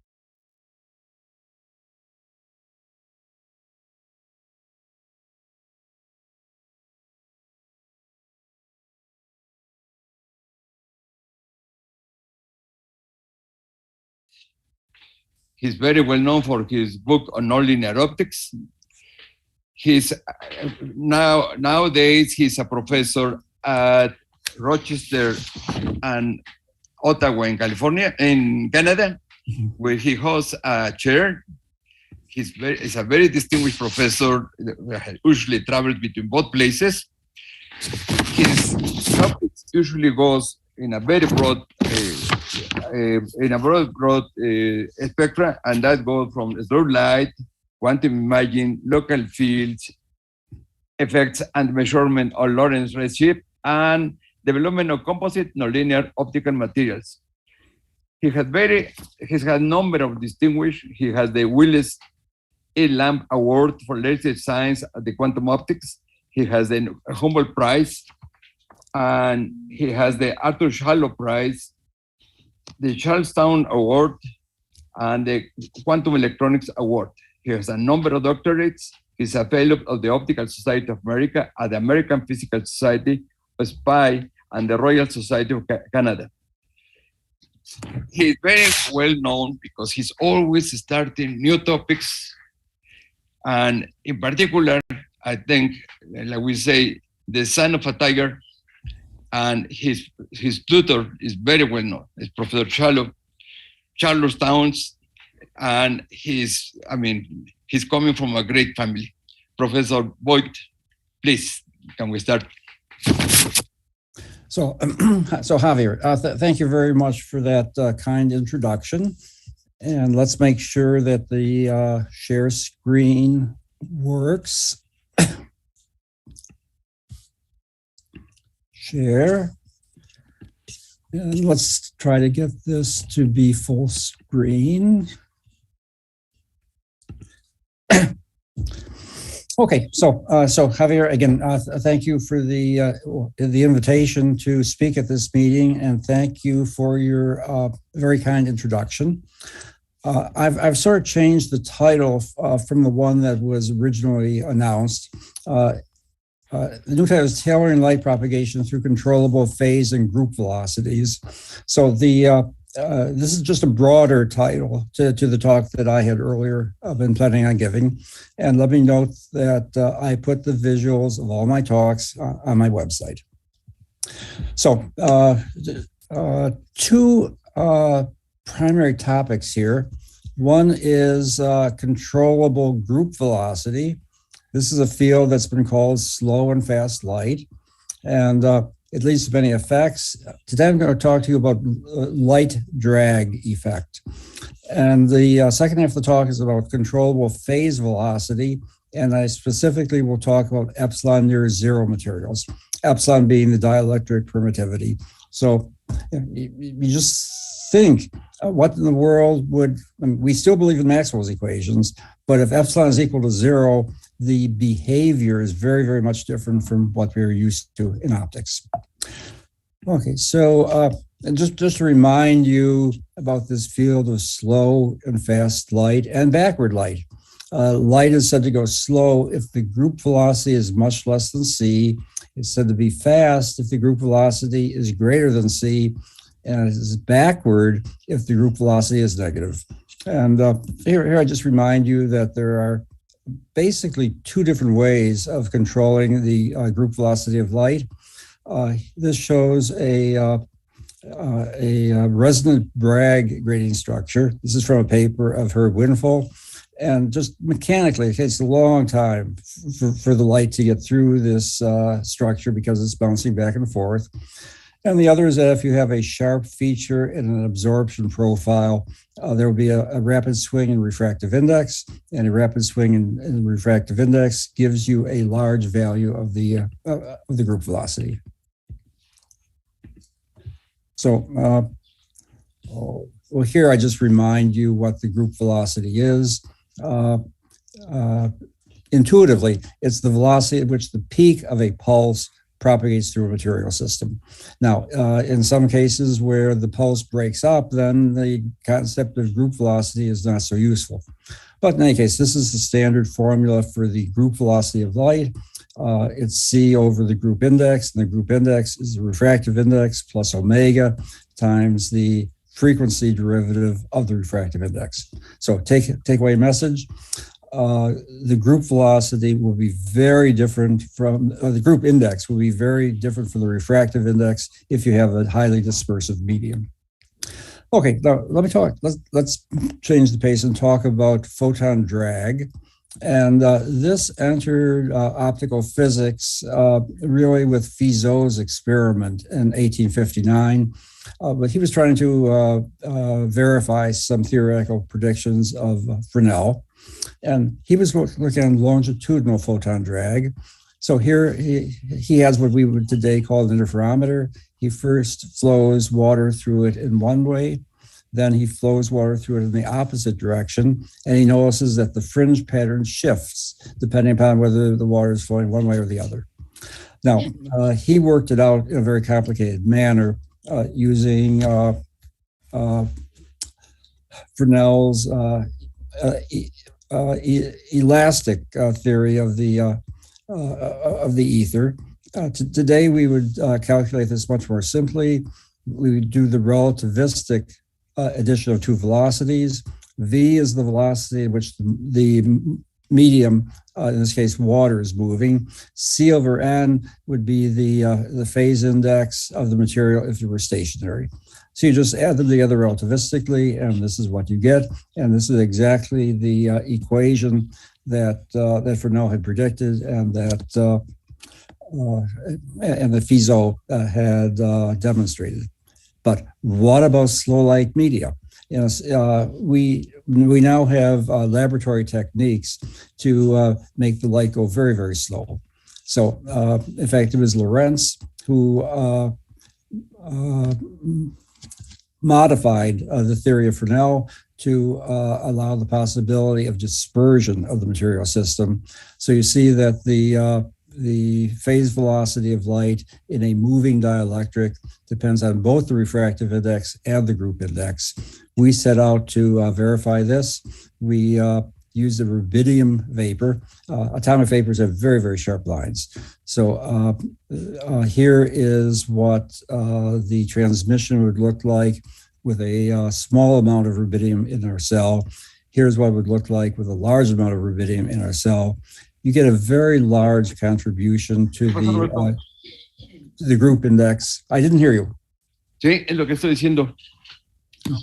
Robert, Yeah, yes. your slides are not moving. You are static on the first slide. I'm stuck on the first slide? Yeah. That's terrible. What went wrong? So do you, I assume you see the first slide now. Do you see the second slide? Now you are moving. Now you are 1, 2. So I don't know why. It was very unhappy when I went to full screen mode. So I will not go to full screen mode. It's simple as that. Okay, so my apologies, but my slides are available to you. Okay, so we measured the group index, and there's these very sharp resonances around the D2 lines, group indices of maybe 200. Then we did this experiment shown here.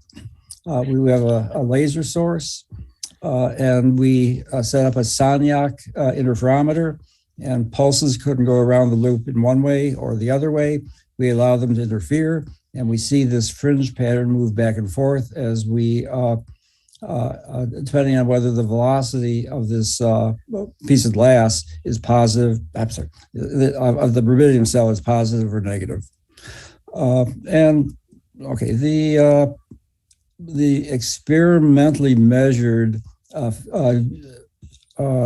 change in phase velocity fits very well to the theory based on this formula here. So, but what's the takeaway message here? Is that the change in phase velocity is much larger than the velocity of the rubidium cell. So, again, there's an enhancement, somewhat similar to what Professor Goodwin was talking about.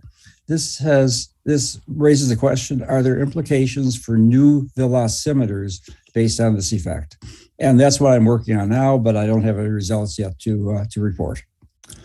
Now, the work of Fizeau was on longitudinal photon drag. One can also talk about transverse photon drag. Here you consider the case in which a dielectric block is moving with velocity v, a beam of light enters it, but it exits being displaced. It's as if the light was being dragged along with the motion of the dielectric material. And that's why historically this has been called a photon drag. If you work this out for a bulk piece of glass, you find that the displacement would be 6 nanometers. And remarkably, R.V. Jones was able to measure this, but it was a very, very small effect. So we set out to study these things. First thing we did was rotary photon drag.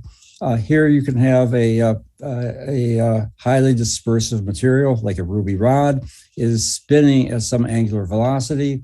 You send a structure into the material, and you find that in this case, the letter A gets rotated as it passes through the medium. So this is work that we published jointly with the group of Miles Paget. Here's really the actual experimental setup. We had a ruby rod spinning very rapidly, and depending upon whether the rotation was clockwise or counterclockwise, we saw a rotation of this, just the letter I in this case here. It's visible by eye. I still find that quite remarkable. If I told a first-year undergraduate that if you look through a spinning window, the world outside gets rotated, probably he would think that you were pulling his leg, but it's for real. Okay, so what am I working on right now? Well, I joined with the group of Neer Davidson and Ofer Furstenberg at the Weizmann Institute. We are looking at anomalous optical drag. And here, this shows the standard situation of transverse optical drag. We want to do it with a material with a negative value of the group index. And then the medium is moving to the right, but the beam of laser light will be dragged to the left. Well, we've seen the effect, and we're right now writing this up for publication. We're still getting the details put together. And this is the experimental setup, but no time to talk through this. Okay, let me move on then to the second part of the talk, which is how do you control the phase velocity, and especially using epsilon near zero materials. So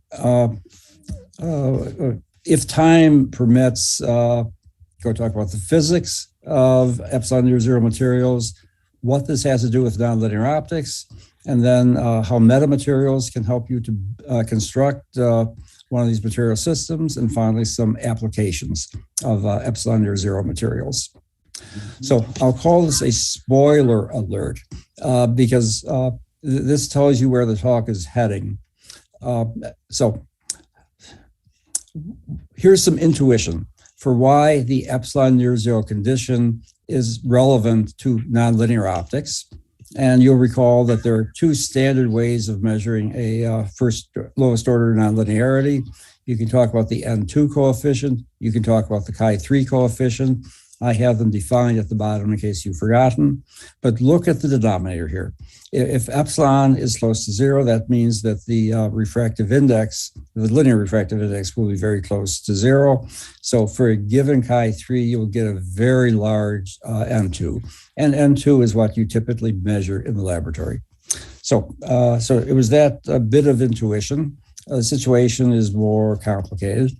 So we set out to see this giant nonlinear response of epsilon near zero materials. This is talking to a general audience. Why might one care? Well, nonlinear optics can give you photonic devices. It creates quantum states of light. In fact, I don't know of a way to create quantum states that does not use a nonlinearity of one sort or another. And it gives you a fundamental understanding of light-matter interactions. But the problem, as I think we all know, is that the nonlinear response is usually much weaker than the linear response. And that means that all of these ideas are great, but they but we'd like some more signal. So this thought has gone back for decades in the fields of nonlinear optics. People have used the resonance interactions of atomic vapors, plasmonic systems, electromagnetically induced transparency, and metamaterials. So the work that I have pursued with my group is to use epsilon near zero materials and on occasion a metamaterial that gives the epsilon near zero condition. So what are some of the, how is light different when it passes through a near zero index material? Well, we all know that the wavelength of light is given by the vacuum wavelength divided by the refractive index.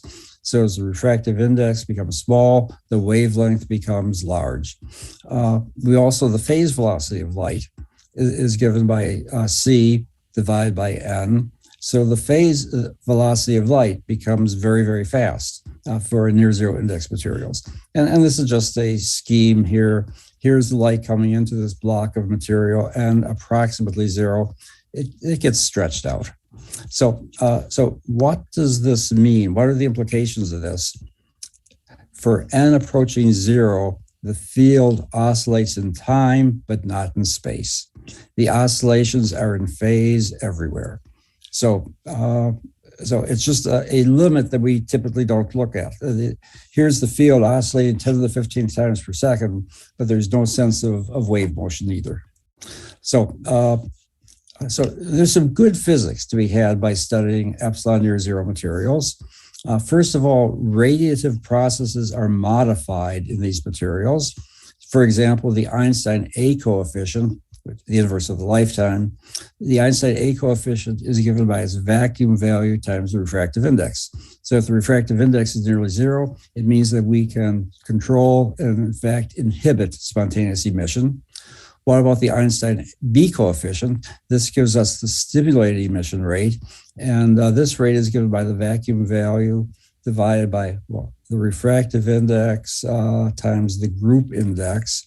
So it's a little bit harder to make sense of this, but clearly the B coefficient is going to become very, very large.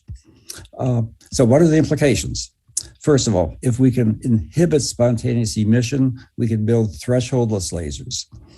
The reason why there's a threshold to lasers is that some of the population that is placed into the upper level decays by some process other than stimulated emission. It also means that we can expect very large super radiance effects to be pronounced in these materials.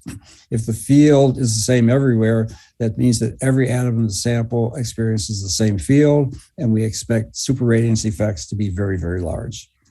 So what about geometrical optics? Well, Snell's law still holds, and it leads to this prediction that as a ray of light leaves a zero index material, it will always leave perpendicular to the surface. If it comes in at, so what about light then trying to get into a zero index material? Here's a ray of light coming in at non-normal incidence. You get 100% reflection. None of the light penetrates into this material. Now, let's, what happens if you do come at normal incidence? Well, any angle of refraction inside the material will obey Snell's law. So Snell's law, ray optics is not adequate to explain the situation. We have to turn to wave optics. And here's a wave optics simulation. Here's the block of zero index materials. Here is the wavefronts of the light leaving the material.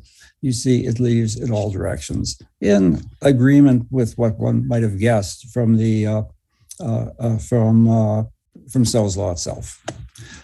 Oh, there's not a lot of time. Let me skip this one here. Okay, so here I'm not trying to teach you electromagnetism. I'm really just telling you what my definition is of the permittivity and the permeability. Now, it's straightforward to show from the equations of electromagnetism that the refractive index is given by the square root of epsilon times mu.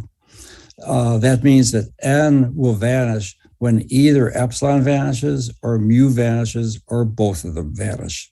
Now, you say, why do we care about this? Well, we have to worry about surface reflection. There's a problem getting light into a zero index material. There's always reflection from the boundary between two materials. This is illustrated schematically here. The reflectivity, the intensity reflectivity can be written in terms of the impedance given by the standard formula here. Now, what this means is that if epsilon is equal to 0, the reflectivity will be 100% unless mu is equal to 0 as well. So there's a challenge to the materials scientists to make epsilon and mu both vanish, but both vanish at a rate such that the ratio of them is neither 0 nor infinity. Mm-hmm. So this is one of the themes of some of the work we were doing, is to try to find epsilon and mu near 0 materials. Okay, why nonlinear optics? Oh, here I just remind you, this conceptually is what a gate would look like, or a switch: input beam, output beam, and a control beam. So if you want to do optical switching, you want it to work rapidly and you want it to work with weak control fields. So what we're looking for is a nonlinear response that is both fast and very sensitive. As I mentioned before, we can quantify the nonlinear response in terms of N2 or chi3. And you've seen this one already. This is how chi3 and N2 are related to one another. So, okay, change directions a little bit. How do we choose an epsilon near 0 material? Let's say that you become excited about this just the way I did a few years ago. So what type of epsilon near 0 material would one want to use?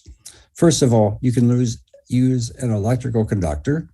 All conductors display epsilon near 0 behavior at their reduced plasma frequency. And recall the Drude formula, and you can see by inspection that the real part of epsilon will vanish for a frequency given by the plasma frequency divided by the square root of epsilon infinity. So this works great, but you need to find a material with a controllable number of free electrons. What about the mid-infrared? Well, there's a better way of getting epsilon near 0 in the mid-infrared. We can use electrical insulators, dielectrics. The dielectrics can show epsilon near 0 behavior at their phonon resonance, an optical phonon. So this works great for a restricted limit in the mid-infrared. Other solution is you get a good friend who's a material scientist who can build you a material that has epsilon near 0 or mu equals 0. In any of this work at finding materials for epsilon near 0, there's a big challenge. We want low loss. And for low loss, we want the imaginary part of epsilon to be as small as possible at the wavelengths where the real part of epsilon is nearly vanishing. So much of my work has been done with indium tin oxide. Indium tin oxide, well, it's what is on the face of nearly everybody's smartphone. The touchscreens are built with indium tin oxide. So we recently reported that at its epsilon near 0 wavelength, indium tin oxide possesses a refractive index about 100 times larger than those that were known to exist before that. What is ITO? Well, it's a degenerate semiconductor, meaning it is so highly doped as to be metal-like. The density of free electrons, well, it depends. It depends on the relative amounts of indium and tin. But typically, the wavelength of the plasma frequency might be 1.24 microns. The properties are well described by the Drude formula, and other people have worked on other dielectric materials as well, such as aluminum-doped zinc oxide. So here's sort of a summary of our initial studies of indium tin oxide. First of all, we got a commercial sample. We performed ellipsometry, and we determined that the real part of epsilon vanishes at 1240 nanometers, 1.24 microns. I quoted that before. We then measure the N2 coefficient as a function of wavelength, and we see that there is a pronounced peak in the response right at the epsilon near zero frequency. The overall change in refractive index. So what we do now is we take the intensity we used here, we increase the intensity by as much as a factor of 50 to 100. We plot the refractive index for that intensity, and you see that the real part of the refractive index increases and then saturates, but the overall change in refractive index can be as large as 0.8. This lends itself to some nonlinear optical interactions that were previously thought to be too difficult to observe because the change in the refractive index is too small. And finally, we measured the response time. There's both a rise time and a fall time, but the entire switching time is in the peak, is sub-picosecond. So this would lend itself to some data processing at the terahertz level. Let me just skip this. Too much of detail. Now, we might ask more deeply, why does epsilon near zero behavior lead to a large nonlinear optical response? And the reason we might want to know is that maybe you want to do something other than indium tin oxide. So you want to study the mechanism by which the dielectric permittivity can vanish. Well, this I told you already, that you can look at it from the form of N2, the nonlinear refractive index, and Chi3, the nonlinear susceptibility. Well, from simple math, okay. So here I just show you how the mathematics works out for this. Something very, very intriguing. Let's look at the behavior of the wave equation when epsilon vanishes. If epsilon vanishes, it means that this term here vanishes, means that the wave equation is driven only by the nonlinear polarization. We usually tend to think that this would be a small correction to this, but for epsilon near zero, everything is in this. Now, you can just go to the Maxwell equations themselves and ask, what is the scaling of this quantity here? Well, this is the spatial rate of change of the H vector. So this is a measure of how rapidly the nonlinear response turns on, and you find that's proportional to the square root of mu over epsilon. So I said before that a small value of epsilon gives a large nonlinearity. We see here that a large value of mu also gives rise to a large nonlinearity. Detailed numerical integration confirms this result. So this is work that I've been doing jointly with Nader and Geta and his group. We just treated the simplest nonlinear optical process we could think of as second harmonic generation. So A1 is the amplitude of the fundamental field, the laser field. A2 is the amplitude of the second harmonic field. We want to see how rapidly this amplitude will grow as a function of space. For simplicity, let's take perfect phase matching, and let's study the solution of these coupled equations for various values of the permittivity. Well, first, just to get our feet on the ground, this is for epsilon equals 1. So this is the second harmonic intensity as a function of distance of propagation into the nonlinear medium. For epsilon 1, we get this curve. For epsilon 0.1, we get this curve. For epsilon 0.01, we get this curve. So you see that as the dielectric permittivity becomes smaller, the nonlinear interaction takes place over a shorter and shorter distance scale. Okay, now, so what next? We love our ITO, but what can we do with it? Well, we've deposited an array of nano antennas on top of the indium tin oxide sample. Well, here's the actual SEM of the sample. What we find is that the nonlinear response is increased by placing these gold antennas on top of the ITO. And there's actually two physical effects going on here. One is simply the lightning rod effect. The antennas concentrate the field into the indium tin oxide. There's also an effect that's more subtle. The epsilon near zero is a resonance behavior. Nano antennas have their own resonance. If we put one on top of the other, these two effects will add constructively. Just to see what I mean here, this is the dispersion diagram for particular for indium tin oxide. This is the frequency. This is the wave vector. This shows the light line of vacuum. This shows the light line of BK7. But now let's look at our epsilon near zero material. You have short range surface plasmon polaritons, and you have long range surface plasmon polaritons. It is this branch here that we are using in our epsilon zero nonlinear research. So here's what we found. We took our sample and we measured N2, the nonlinear response, as a function of wavelength. You see that this curve changes sign at a certain wavelength. Now, we can control where the zero crossing is, because this zero crossing can be tuned by changing the physical structure of the nano antennas in our sample.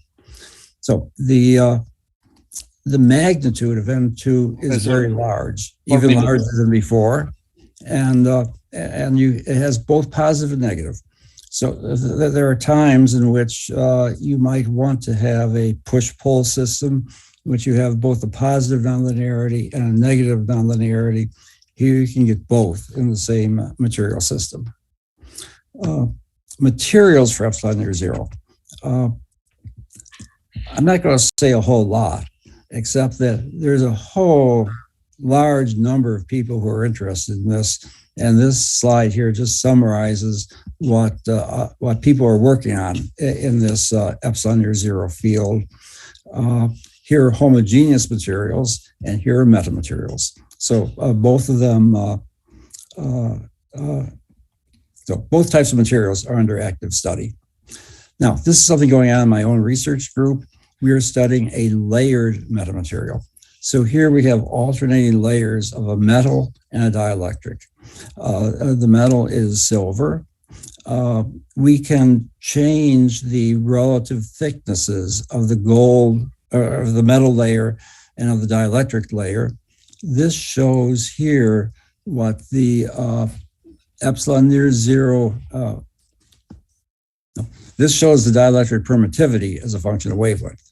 And these curves correspond to different fractional amounts of metal in the layered composite material. And here's the zero crossing line. And you see that we can get epsilon near zero at any wavelength from 300 nanometers to 700 nanometers just by changing the relative amounts of these two components. So for our laboratory work, we chose 16 nanometers of silver, 65 nanometers of silica. Then epsilon vanishes at 508 nanometers. So this just shows the ellipsometry again, and this shows what a side-on micrograph of our sample looks like. So we took our sample and we measured the refractive index using the standard Z-scan method. I think it's easier to see what's going on here. Minutes? How much? 2. 2 minutes. Yeah. Okay, so you can take a little bit longer, less questions. Okay, I'll talk as fast as I can. That's not a good idea, is it? So open aperture Z-scan, this corresponds to the imaginary part of N2. You just see by inspection that the composite material is much, much, much more nonlinear than the pure silver. And here is a summary of our results as a function of wavelength. We get a big enhancement right at the epsilon near zero behavior. Now, what is the point of all this? Well, first of all, we have another epsilon near zero material that shows strong nonlinear effects. But I think there's a conceptual point here. Here we don't have the bulk. We don't have the intrinsic epsilon near zero. We have the effective epsilon. In a composite material, in which the layers are sub-wavelength, you can describe that by an effective value of epsilon. Even this effective value of epsilon gives us a very strong nonlinear response. And applications, and I think there's just two because we're short on time. One of them is relaxed phase matching requirements in epsilon near zero material. We have, well, here's a waveguide, and we want to study this process of forward four-wave mixing. Two pump photons break into a signal photon plus an idler photon. Now, usually when people study this, they find the forward process only, that two input photons turn into two output photons at slightly different frequencies, but all going in the forward direction. We find that we can generate light in both the forward and the backward direction. And your first thought is, well, that's impossible. That doesn't satisfy phase matching, but it does. We need the wave vector mismatch to vanish, but remember that when the refractive index vanishes, the wave vector vanishes.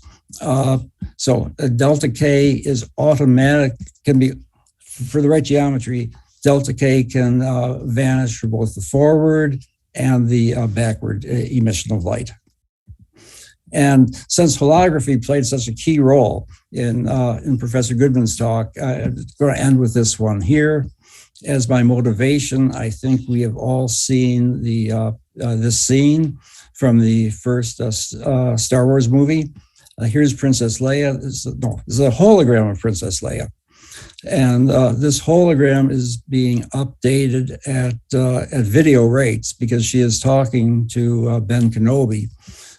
But in today's technology, as far as I know, we do not have holograms that can update at video frame rates. So what we'd like to do is to develop holographic methods that work at very, very fast rates, perhaps even terahertz refresh rates. And this could have important implications. So no big secret, we just do it. We start off with, well, the signal beam is a petal beam. We take the petal beam, interfere it with a reference beam. This forms a hologram. Then we read the hologram out and we get the transmitted readout beam, the reconstructed signal beam, and the conjugate of that beam. Now, this is transient holography in the real sense. This grating will last for at most a couple of picoseconds. So this readout beam has to arrive just slightly after these two beams in order for this to work. So I think this will have really great implications for image processing and for signal processing. I hate to leave this out, but I think questions are more important. So the summary says some extremely interesting physical processes occur in epsilon near zero materials. They display large nonlinear optical response, and we hope, we've demonstrated that these can lead to some important applications. And lastly, I will thank both my Rochester research group and my Ottawa research group. And I thank all of you for your kind attention and for the opportunity to be here. So goodbye.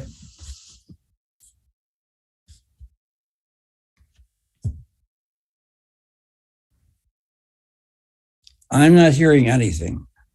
Javier, are you trying to talk to me? Now, Now I hear you. Fantastic. okay, perfect. Sorry for that. How do you relate this rotary drag with the spin? Ask that again. Could How do you relate this rotary drag with a spin? Spin.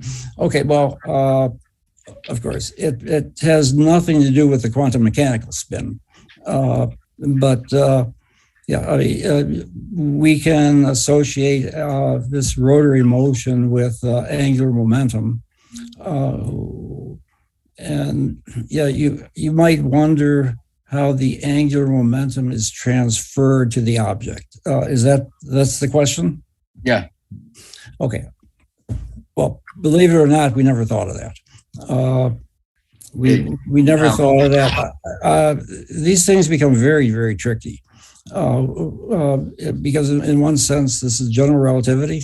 You're in an accelerating reference frame.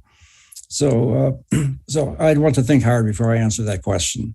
But because that's such a great question. Yes. Now, let me ask another question.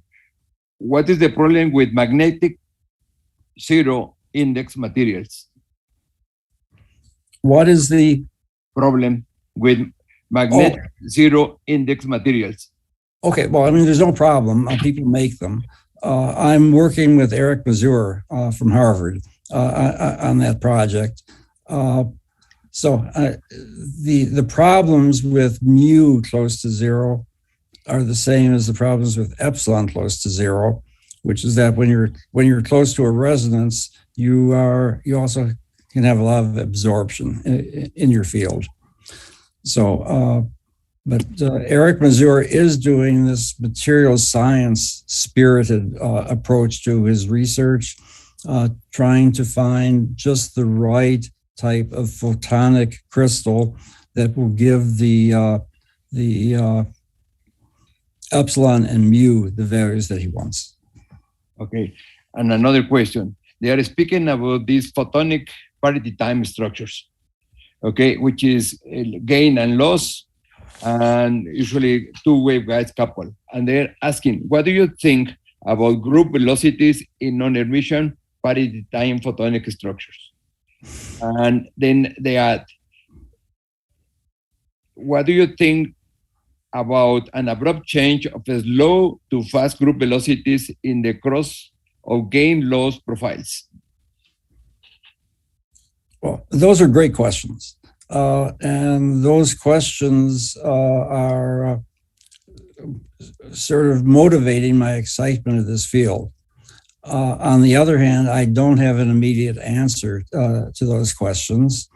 All right. You ask what happens if there's abrupt change in the group velocity. Fast slow velocity in these parity time materials. When they have a loss and a gain, two waveguides coupled with parity, with loss and gain. So you have, on the average, you will have zero, but it's actually non-emission systems.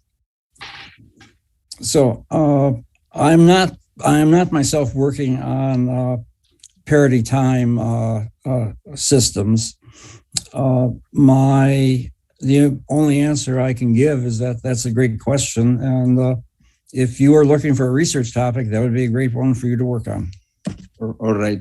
Then there is a final question, Doctor. You have more, but I cannot take more. What about quantum confinement effects in your layered structures? Could you calculate the electric permittivity there? So the thinnest layer that I was talking about today was 16 nanometers thick. That's thick enough that quantum confinement effects probably play only a minimum role. If we went down another factor of 10 to something like 1 nanometer, then we would have to worry a lot about how the dielectric properties change. Okay, so the approximation that we were making is that these layers are thin compared to a wavelength, but they are thick compared to a Bohr radius. All right. Doctor, I think we had to cut it here. Okay. Thank you very much for your talk. And I appreciate if we could meet you again in a short while. Okay. Okay. I remind Thank you. I will everybody. enjoy it. Right. Yeah, I remind you to fill up the evaluation form of the conference. And shortly we return for the closing of this conference. Thank you very much. Bye-bye. Bye. Hello, Joseph. Hello, Joe. Yeah. Hello, Robert. How are you? Oh, I'm doing great. Very So good. Are you in Ottawa? I'm in Rochester right now.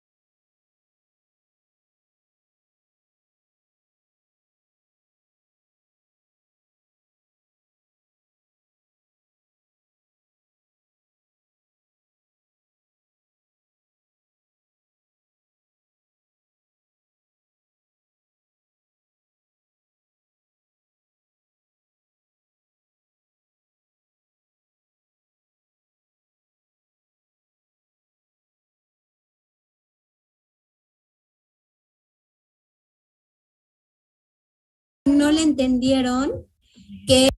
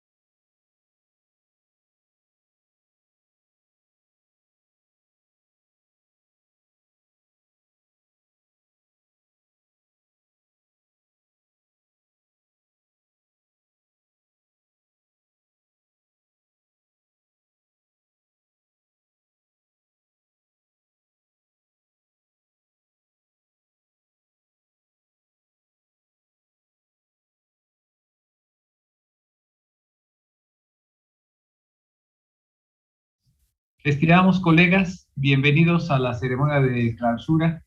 Tenemos una gran audiencia, esperemos que nos estén escuchando, y aquí con nosotros tenemos un gran presidium. Entonces, we will switch to English to finalize our activities. But first, remember, we will go through the evaluation process and who won all the prizes that this year the Academy will grant to the students. So,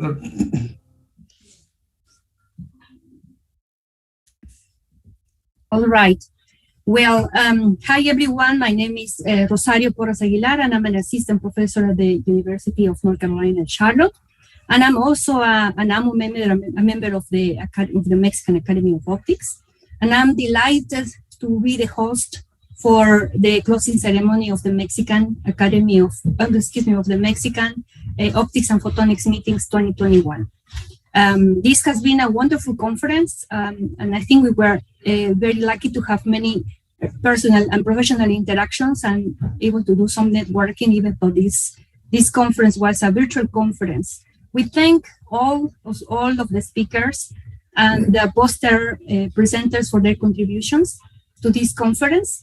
We have enjoyed listening to all talks, poster presentations about light, and the uses that are given in Mexico and the world. I'm going to start introducing the members of the Presidium today.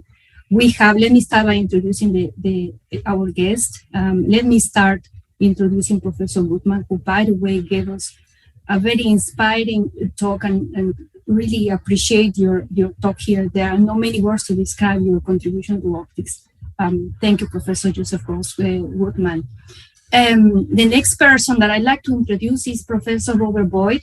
He's a professor in optics and professor in physics as well in the University of Rochester and the University of Ottawa.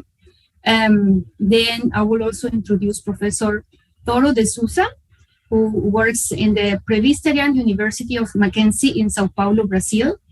Then I will introduce Professor John Howell. He is a professor of physics at the Hebrew University of Jerusalem. Then now I'm going to proceed to introduce the members of the organizing committee and also members of the Mexican Academy of Optics. The first one is Dr. Maria del Rayo Aparicio. What would we do without her? She's the secretary of AMO, and also, as I said, part of the organizing committee. The next person is Dr. Diana Tentori Santa Cruz, who is also the part of AMO, treasurer of AMO, and she's a researcher at CCC in Baja California, the north of Mexico. The next person is Dr. Rufino Diaz, who is from the Institute of Applied Sciences and Technologies from UNAM in Mexico City. Then Victor Cuellas Cárdenas, who is a researcher at CCC as well in Monterrey, and vice president of AMO as well. And finally, Dr. Eduardo Tepichín Rodriguez, who is a researcher at the NAOE, National Institute for Astrophysics, Optics, and Electronics, and also the president of AMO. So I will start first by asking Dr. Rufino Diaz, as the chair of the poster competition committee, to present the winners for these awards. You want to take the floor, please? Yes, Rosario, thank you. I hope you can see my presentation. I will speak in Spanish because it's better for me to explain some details of the awards. So I'm sorry. I hope you can understand the presentation. The titles are in English. Bueno, esta es la presentación de los resultados finales de los premios de la Academia Mexicana de Óptica del Mexican Optics and Photonics Meeting 2021. El comité está conformado por los profesores Guillermo García Torales de la Universidad de Guadalajara, Héctor Hugo Cercero Núñez de la Universidad de Veracruzana, Roberto Machorro Mejía de la UNAM en Ensenada y Rufino Díaz, yo en la UNAM en la Ciudad de México.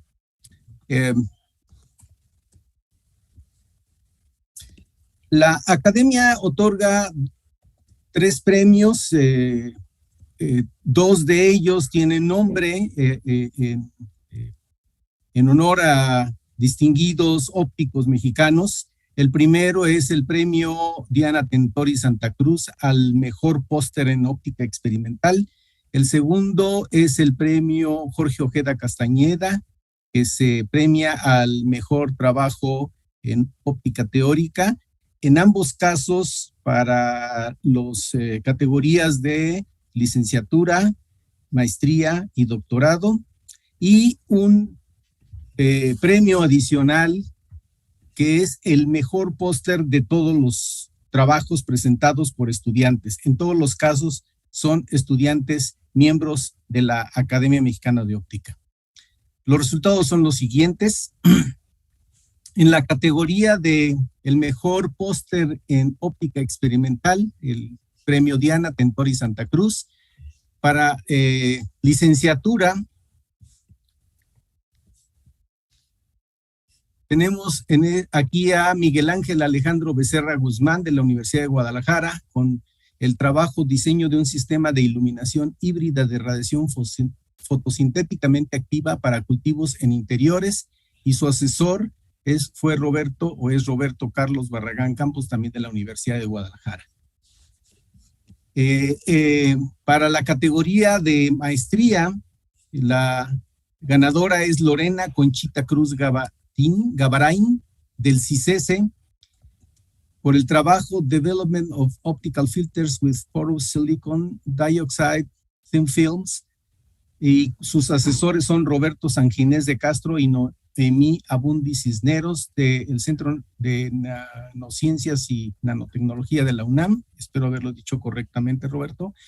Y para la categoría de doctorado, PhD, la ganadora es Edith Ábalos Marrón de la Universidad de Guadalajara con el trabajo titulado Espinelas de, ese compuesto de zinc y aluminio para la producción de hidrógeno y fotodegradación de colorante, y cuyo asesor fue Luis Armando Díaz Torres de la Universidad de Guanajuato. Todos estos son los trabajos, los mejores pósters experimentales. Les recuerdo que estos son, se considera el nivel, la originalidad y la presentación, entre otros aspectos. Para el segundo premio, que es el Jorge Ojeda Castañeda, los niveles para el mejor trabajo teórico, para los niveles de licenciatura y maestría se declararon desiertos, y para el nivel de doctorado el ganador es Eric Ramón Vaca Montero de la Universidad de Guanajuato, y el título del trabajo es Spectrotemporal Characterization of Ultra-Short Vortex Pulses, y el asesor es Oleksi Shulika de la dirección, de CIS de la Universidad de Guanajuato. A continuación, voy a presentar el mejor trabajo de todos los evaluados en todas las categorías, presentado por un estudiante, y es el ganador Alejandro Miranda Medina del CICESE con el trabajo titulado Propiedades eléctricas de óxido de, disculpen, CO2 sintetizado con láser de pulsos ultracortos, y el asesor fue Santiago Camacho López del CICESE. Antes de terminar esta parte, quisiera además mencionar lo siguiente. El jurado acordó dar una mención honorífica, una mención especial a la mejor presentación no es el mejor trabajo, es la mejor presentación en el Congreso, a Edgar Tonatiu Santiago Lobato de la Universidad de Veracruzana con el trabajo titulado Laser Light Pulses, An Interesting Way to Emit Light. El asesor es Héctor Hugo Cerecedo Núñez de la Universidad Veracruzana también. Y aquí están los comentarios de los evaluadores. Estos comentarios nos motivaron a dar este premio especial o esta mención especial. Se reconoce el esfuerzo, el interés, el gran entusiasmo que este estudiante puso en la preparación de su presentación, y eso es lo que se está premiando en este caso. Finalmente quisiera nada más dar, bueno, primero felicitaciones a todos los ganadores y unos datos relacionados con estos premios. Fueron 51 estudiantes los que concursaron, 13 de licenciatura, 20 de maestría, 18 de doctorado. Tuvimos 28 revisores ya activos, teníamos más, pero no todos finalmente participaron. En total se realizaron 98 diferentes evaluaciones. Esto equivale más o menos a casi, en promedio, un poquito menos de 2 evaluaciones por cada trabajo, lo cual nos permite tener un buen número. Y aquí simplemente es la lista de todos los revisores para reconocer su gran esfuerzo. Ayer andábamos todos corriendo. Muchas gracias a todos. Felicitaciones a los estudiantes y supongo que el comité organizador les hará llegar su diploma correspondiente en los próximos días. Felicidades a todos. Muchas gracias por la participación. A todos los estudiantes con gran esfuerzo. Me gustaría decir nada más para terminar unas palabras que dijo uno de los revisores, y lo que dijo es que tenemos un gran material humano en los estudiantes que están haciendo un excelente trabajo, así que la óptica en México parece que tiene un buen futuro. Felicidades a todos y muchas gracias. Thank you very much for the presentation, and many congratulations to the winners of this competition. The next point on the agenda, but before going to the next point, I'd like to mention as well, and I'd like to thank our sponsors from SPIE, who will also provide some award to the students who were recognized today. So the next point of the agenda, as I was saying, is to ask Dr. Aparicio to provide the statistics of the conference. Please, Rayo. Thank you very much. Dear colleagues, good afternoon. The Mexican Optics and Photonics meeting started on Thursday, November 18th, and for the last 3 days, in this successful meeting, we had 150 participants. 98 of them were posters and 23 were oral contributions. I am glad to let you know that about 600 people were connected in our event every day. Thank you very much for your attention. Thank you, Rayo. The next point is now to ask Dr. Victor Coello Cárdenas, who is the Vice President of AMO, to give us some his words, some closing words for this event. Thank you, Rosario. Thank you, everyone, for being here. I will be very brief, I promise, because as I mentioned in the opening ceremony, the world is going on through difficult times. Of course, we all know. Here we are. We have reinvented ourselves. So, of course, nothing replaced real human touch. However, I don't know about you, but as for me, this has been a great and unforgettable meeting. So I really, really enjoyed it. We have heard the statistics. We have big audiences. So thank you, everyone. We are immensely grateful, of course, to the great personality. You all know who they are. They did attend the conference and share the available knowledge, but also the young people and the students especially. And I would like to remind the students that they are not really the future, but they are really right now part of the present. So please inspire the new generation in Mexico and, of course, all over the world to bring new people to science. We really need it always. Without much to add, I would like to thank you again. And then I hope to see you in the next events of the Academy. And that we will hold during the next year, 2022. And why not see you in the MOP in 2023, hopefully in a presential way. thank you all, and thank you again. Thank you for your words. So now we're gonna open the floor for our guest, and let me please start by asking Professor Boyd to share some words to close the conference now. Thank you. So, thank you very much for. I'm not going to share my screen. Okay, so I thank you very much for the opportunity to give a few words here.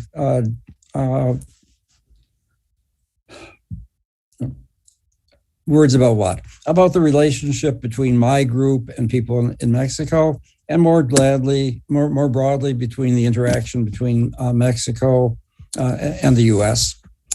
So over the years, I've had a lot of interaction with Mexico and with Mexicans. I was jotting some notes down here. So within University of Rochester, Miguel Alonso is now at Rochester. My recent student, Omar Magana, is at Louisiana State University. Of course, Javier Sanchez Mondragon was a Rochester student working with Joe Eberly. And right now I have a student, Samuel Arroyo Rivera. So I've had a lot of interaction with Mexicans. In Ottawa, my first postdoc in Ottawa was with Israel de Leon, who has now moved to Monterrey in Mexico. Listing those names doesn't seem very significant, but the point is that there's been a lot of cross-fertilization between Mexican optical science and that in the U.S. For the students who are perhaps in the audience, it was no accident that I listed all these people. Mexicans are very welcome in research labs. We desire Mexicans. The Mexicans have performed extremely well in my own research group, and I think by extension in many research groups in US and Canada. So let me be explicit. I would be thrilled to have people from the audience here apply to the optics and photonics program, either in Rochester or in Ottawa. I was trying to make trying to list all the times I've been to Mexico, but it's been so many times that they all blend together. I've had a wonderful time there. Been to Mexico City. There was Javier who showed me around Mexico City and the pyramids. We visited his laboratory in Puebla. And there is this one summer conference that was at what I was told was Montezuma's summer house. So you must know what I mean. Somebody say the name. I've forgotten the name of it. And Miguel, wasn't that where I met you? Huastepec. I think it was. Yeah. So my daughter was with me at that conference, and so it was a wonderful time. It was a wonderful time for me to be in Mexico, and I think it could be a wonderful time for the students, Mexican students, to spend some time in Rochester or in Ottawa. And I guess that's everything I have to say. Thank you for the opportunity. Thank you, Professor Boyd, for your words. And now we'll give the floor to Professor Joseph Woodman, and I'm really looking forward for the story that he was about to tell us a few minutes ago. Please, Professor.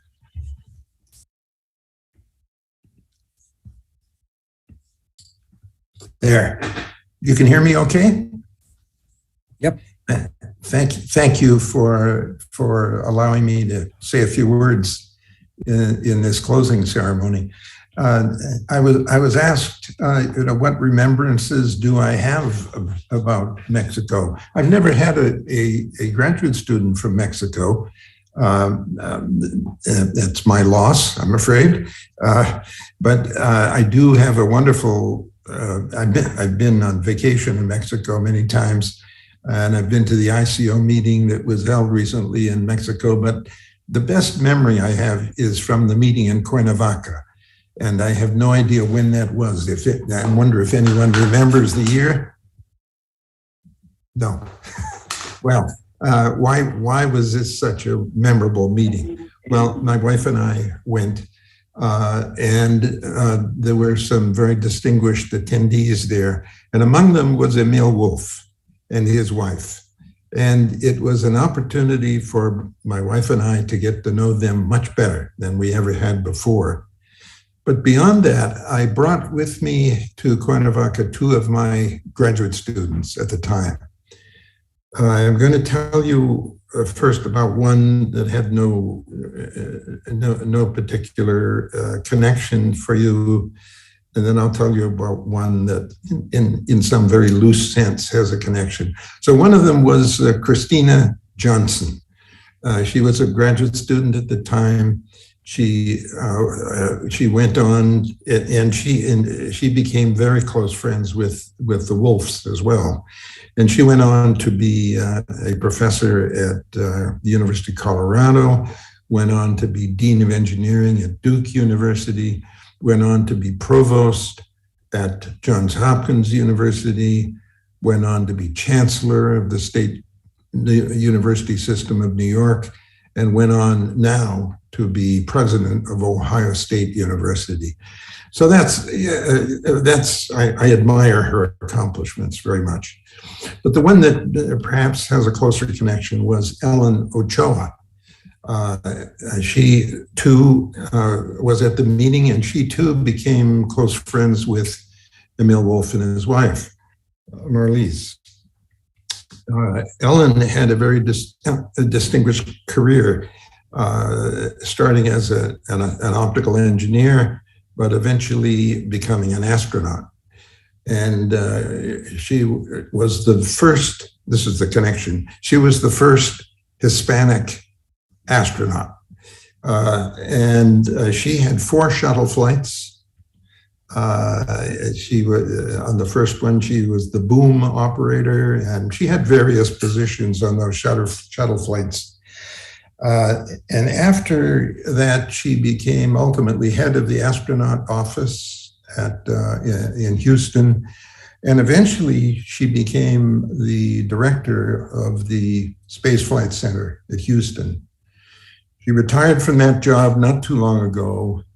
And she is now the chairperson of the National Science Committee of the US, which is the advisory committee for the National Science Foundation. So she is the chair of that person. So these were 2 graduate students who came with me to Cuernavaca. It must have had a good impact because both of them were very successful. And so that's my fondest memory of time in Mexico. Thank you very much for your story, Professor Goodman.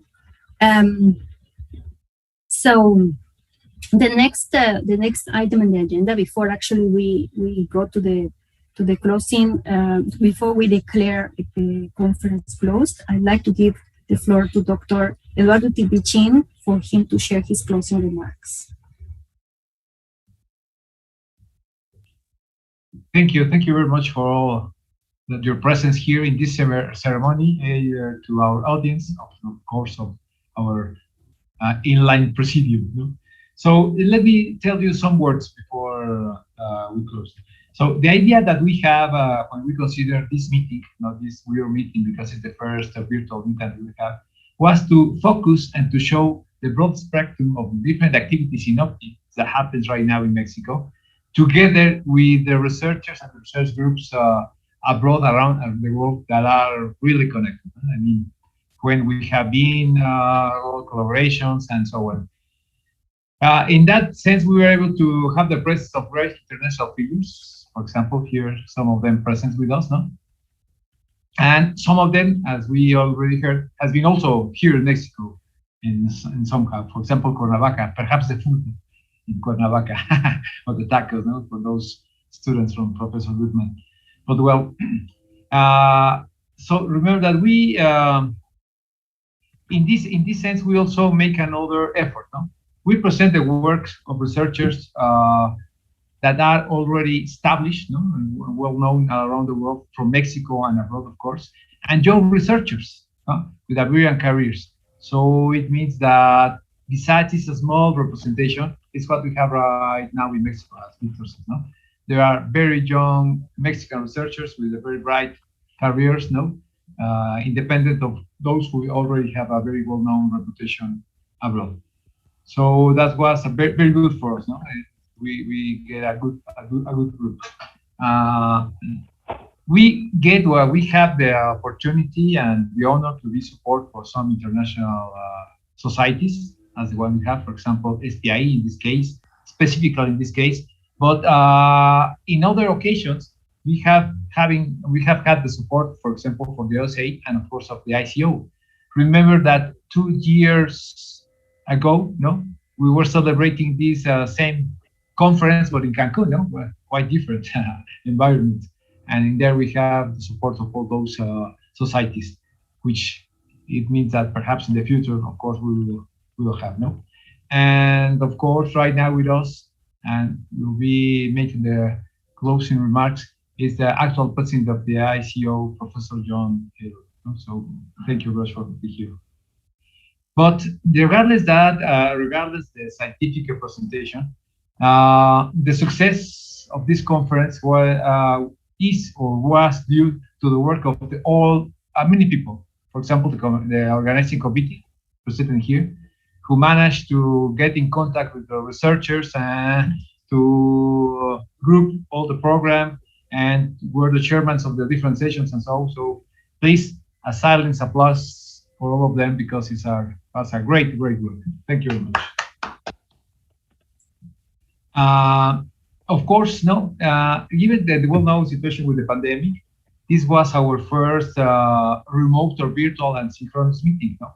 We made the effort to make sure that all our invited speakers were present during the conference to try to ask questions in real time, rather than a video or something which is less or far away from the actual real experience to be present. No? Well, we want to synthesize that experience in that way. So I think that also we managed to do so.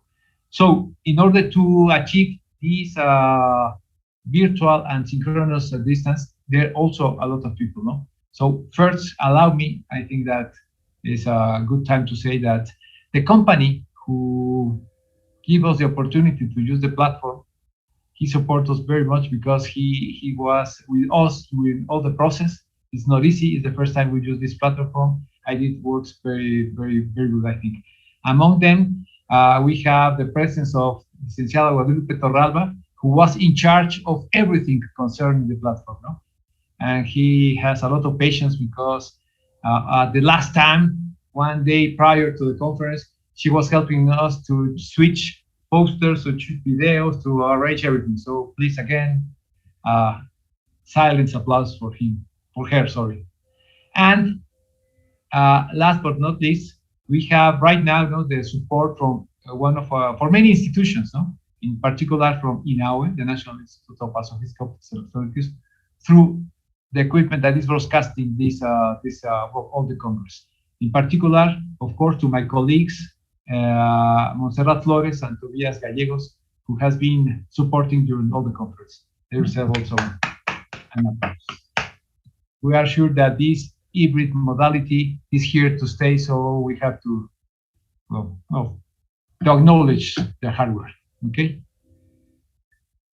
And well, the problem to say some names is that perhaps I made the mistake to avoid some of the names, but I think that mostly all of them are right here present. So allow me to ask them just to turn on and off your cameras, please,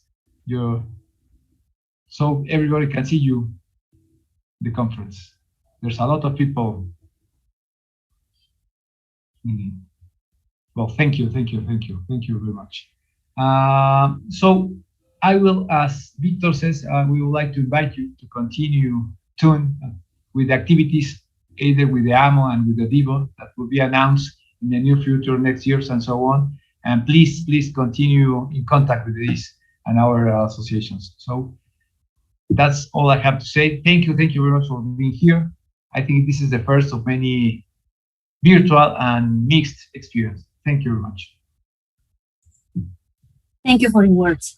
So again, approaching the closing part, I'd like to invite Professor Toro de Sosa to share a few words with us. Your microphone is muted. Oh, sorry. Thank you. I thank the organizers for inviting me here. And as I said, it's a pleasure to be here and congratulate for this meeting. And I want to say a few words about the Latin American Optical Conference that's going to be held in August of the next year in Brazil. So I think this conference is very important for everybody.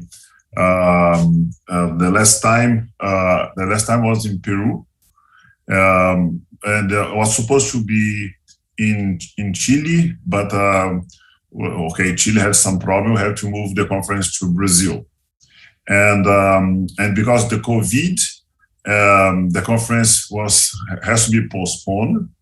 And at that time, the conference was organized by the OSA, but now everything is new. Now it's Optica, okay? So Optica is the former OSA, now is Optica, and Optica is organizing these conferences. It's going to be the first one for us here in Brazil. And it's about collaboration.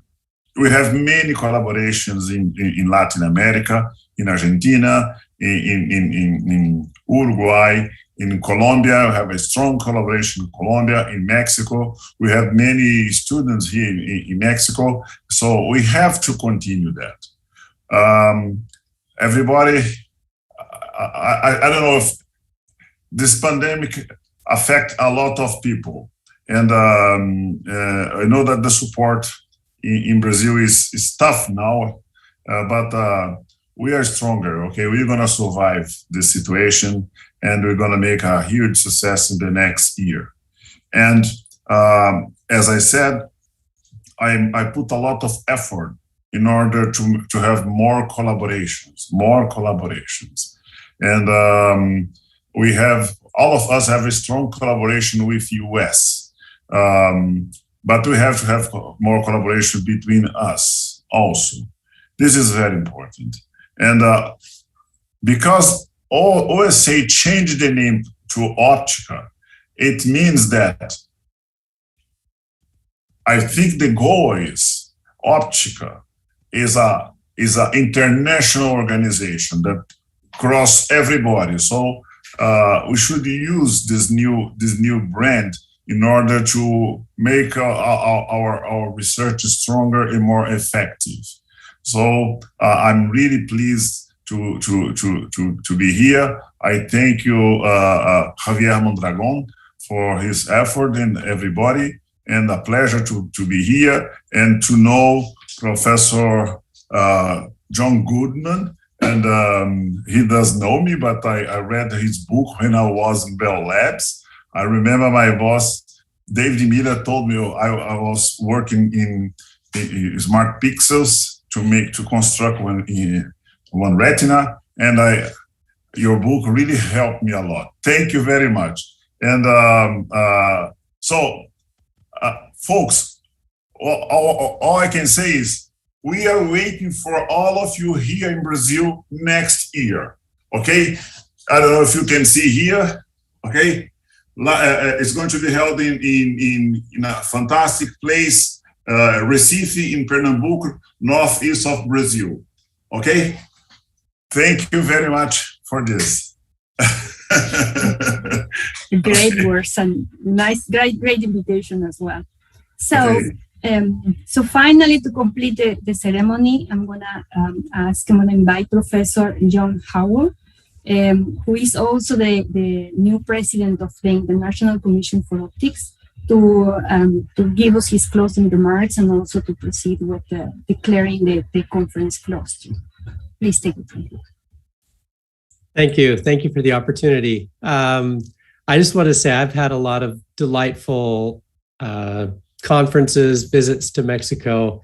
One of the things that I've always enjoyed about Mexico is it's so incredibly beautiful. I've loved going to the Temple of the Sun, the Temple of the Moon, to eating the mole in Puebla, to going to Cancun, to going to Cozumel. Some of my favorite snorkeling ever was in Cozumel, but that's just in addition to the wonderful conferences that I've been able to attend there. So I've really enjoyed my experiences in Mexico. I just want to give a little brief word for the International Commission for Optics. One of the things that I'd really like to see as the new president is empowering young people to help with solving some of the problems and challenges that the world is facing, and how we can use optics for making the world a better place. And that would be, some of the things that we're dealing with in the world right now, and we've all seen this, is climate change, water scarcity, are just a couple of the things that I've been really interested in lately, and that I'd really like to see young people engage in. And some of the things that we're going to be doing at the ICO is helping young people engage using optics to, whether that be medical diagnostic tools, to radiative cooling, to water purification or water sensing. We want to see how we can make optics a way and an instrument for making the world a better place. So with that, I would just like to say that the conference is now closed. I do want to give one last thing. I wanted to give just a little bit of a round of applause to all of the people that received awards for their excellent work. And anyway, the conference is now closed. Thank you. Thank you very much. I would like to invite everybody to open your microphone. This is something that I have seen only Mexicans are doing so far. So please, let's open our microphones to clap together, to share the claps together.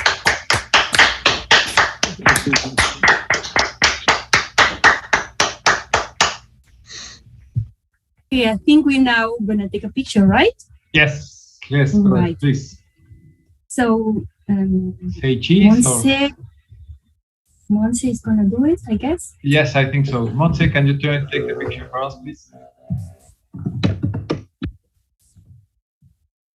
Yo les tomo la foto, doctor. Sí, una captura de pantalla, por favor. Claro. 1, 2, 3. Exactly. Thank you. Thank you.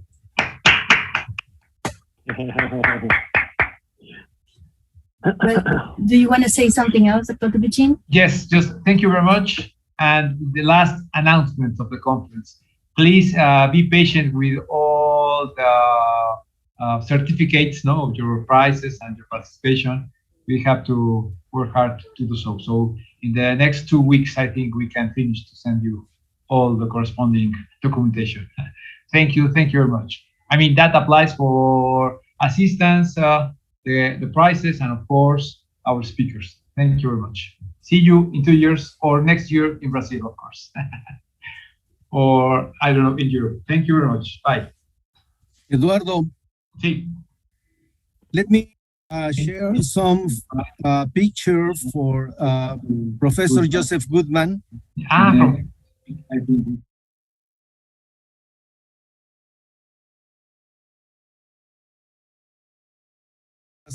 Talking about.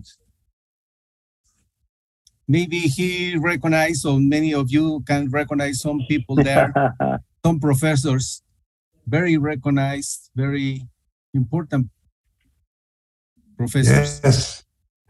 I see my students. I see Emil Wolf. And there's another one of my students, Chi Chi Chow, who I'd forgotten about. So a lot of distinguished people there. It was a great experience. Yeah. This is Malacara, yeah? Yes. Yeah. This is Malacara. Yeah. That was 1982. 1981. 81. Wow. This is the date. 40 years ago. This is Robert Hopkins here, I think. Yeah, there were the two Hopkins, Robert and Here. Hopkins. And is this the other Hopkins here? Yeah, there were the two. The other one is Is the only Hopkins? Okay.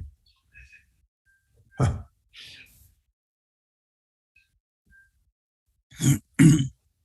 Thank you for that. That's great to see. Could you send me that picture? Yeah. Please, can you write at your email address at The chat. the chat in Zoom, or Yes. you can. I'll send it in the chat. I'll send it in the chat. Yes. Okay. Thank you. So you can see how social norms have changed. There is a person smoking a pipe in that photograph. That's right. That's right.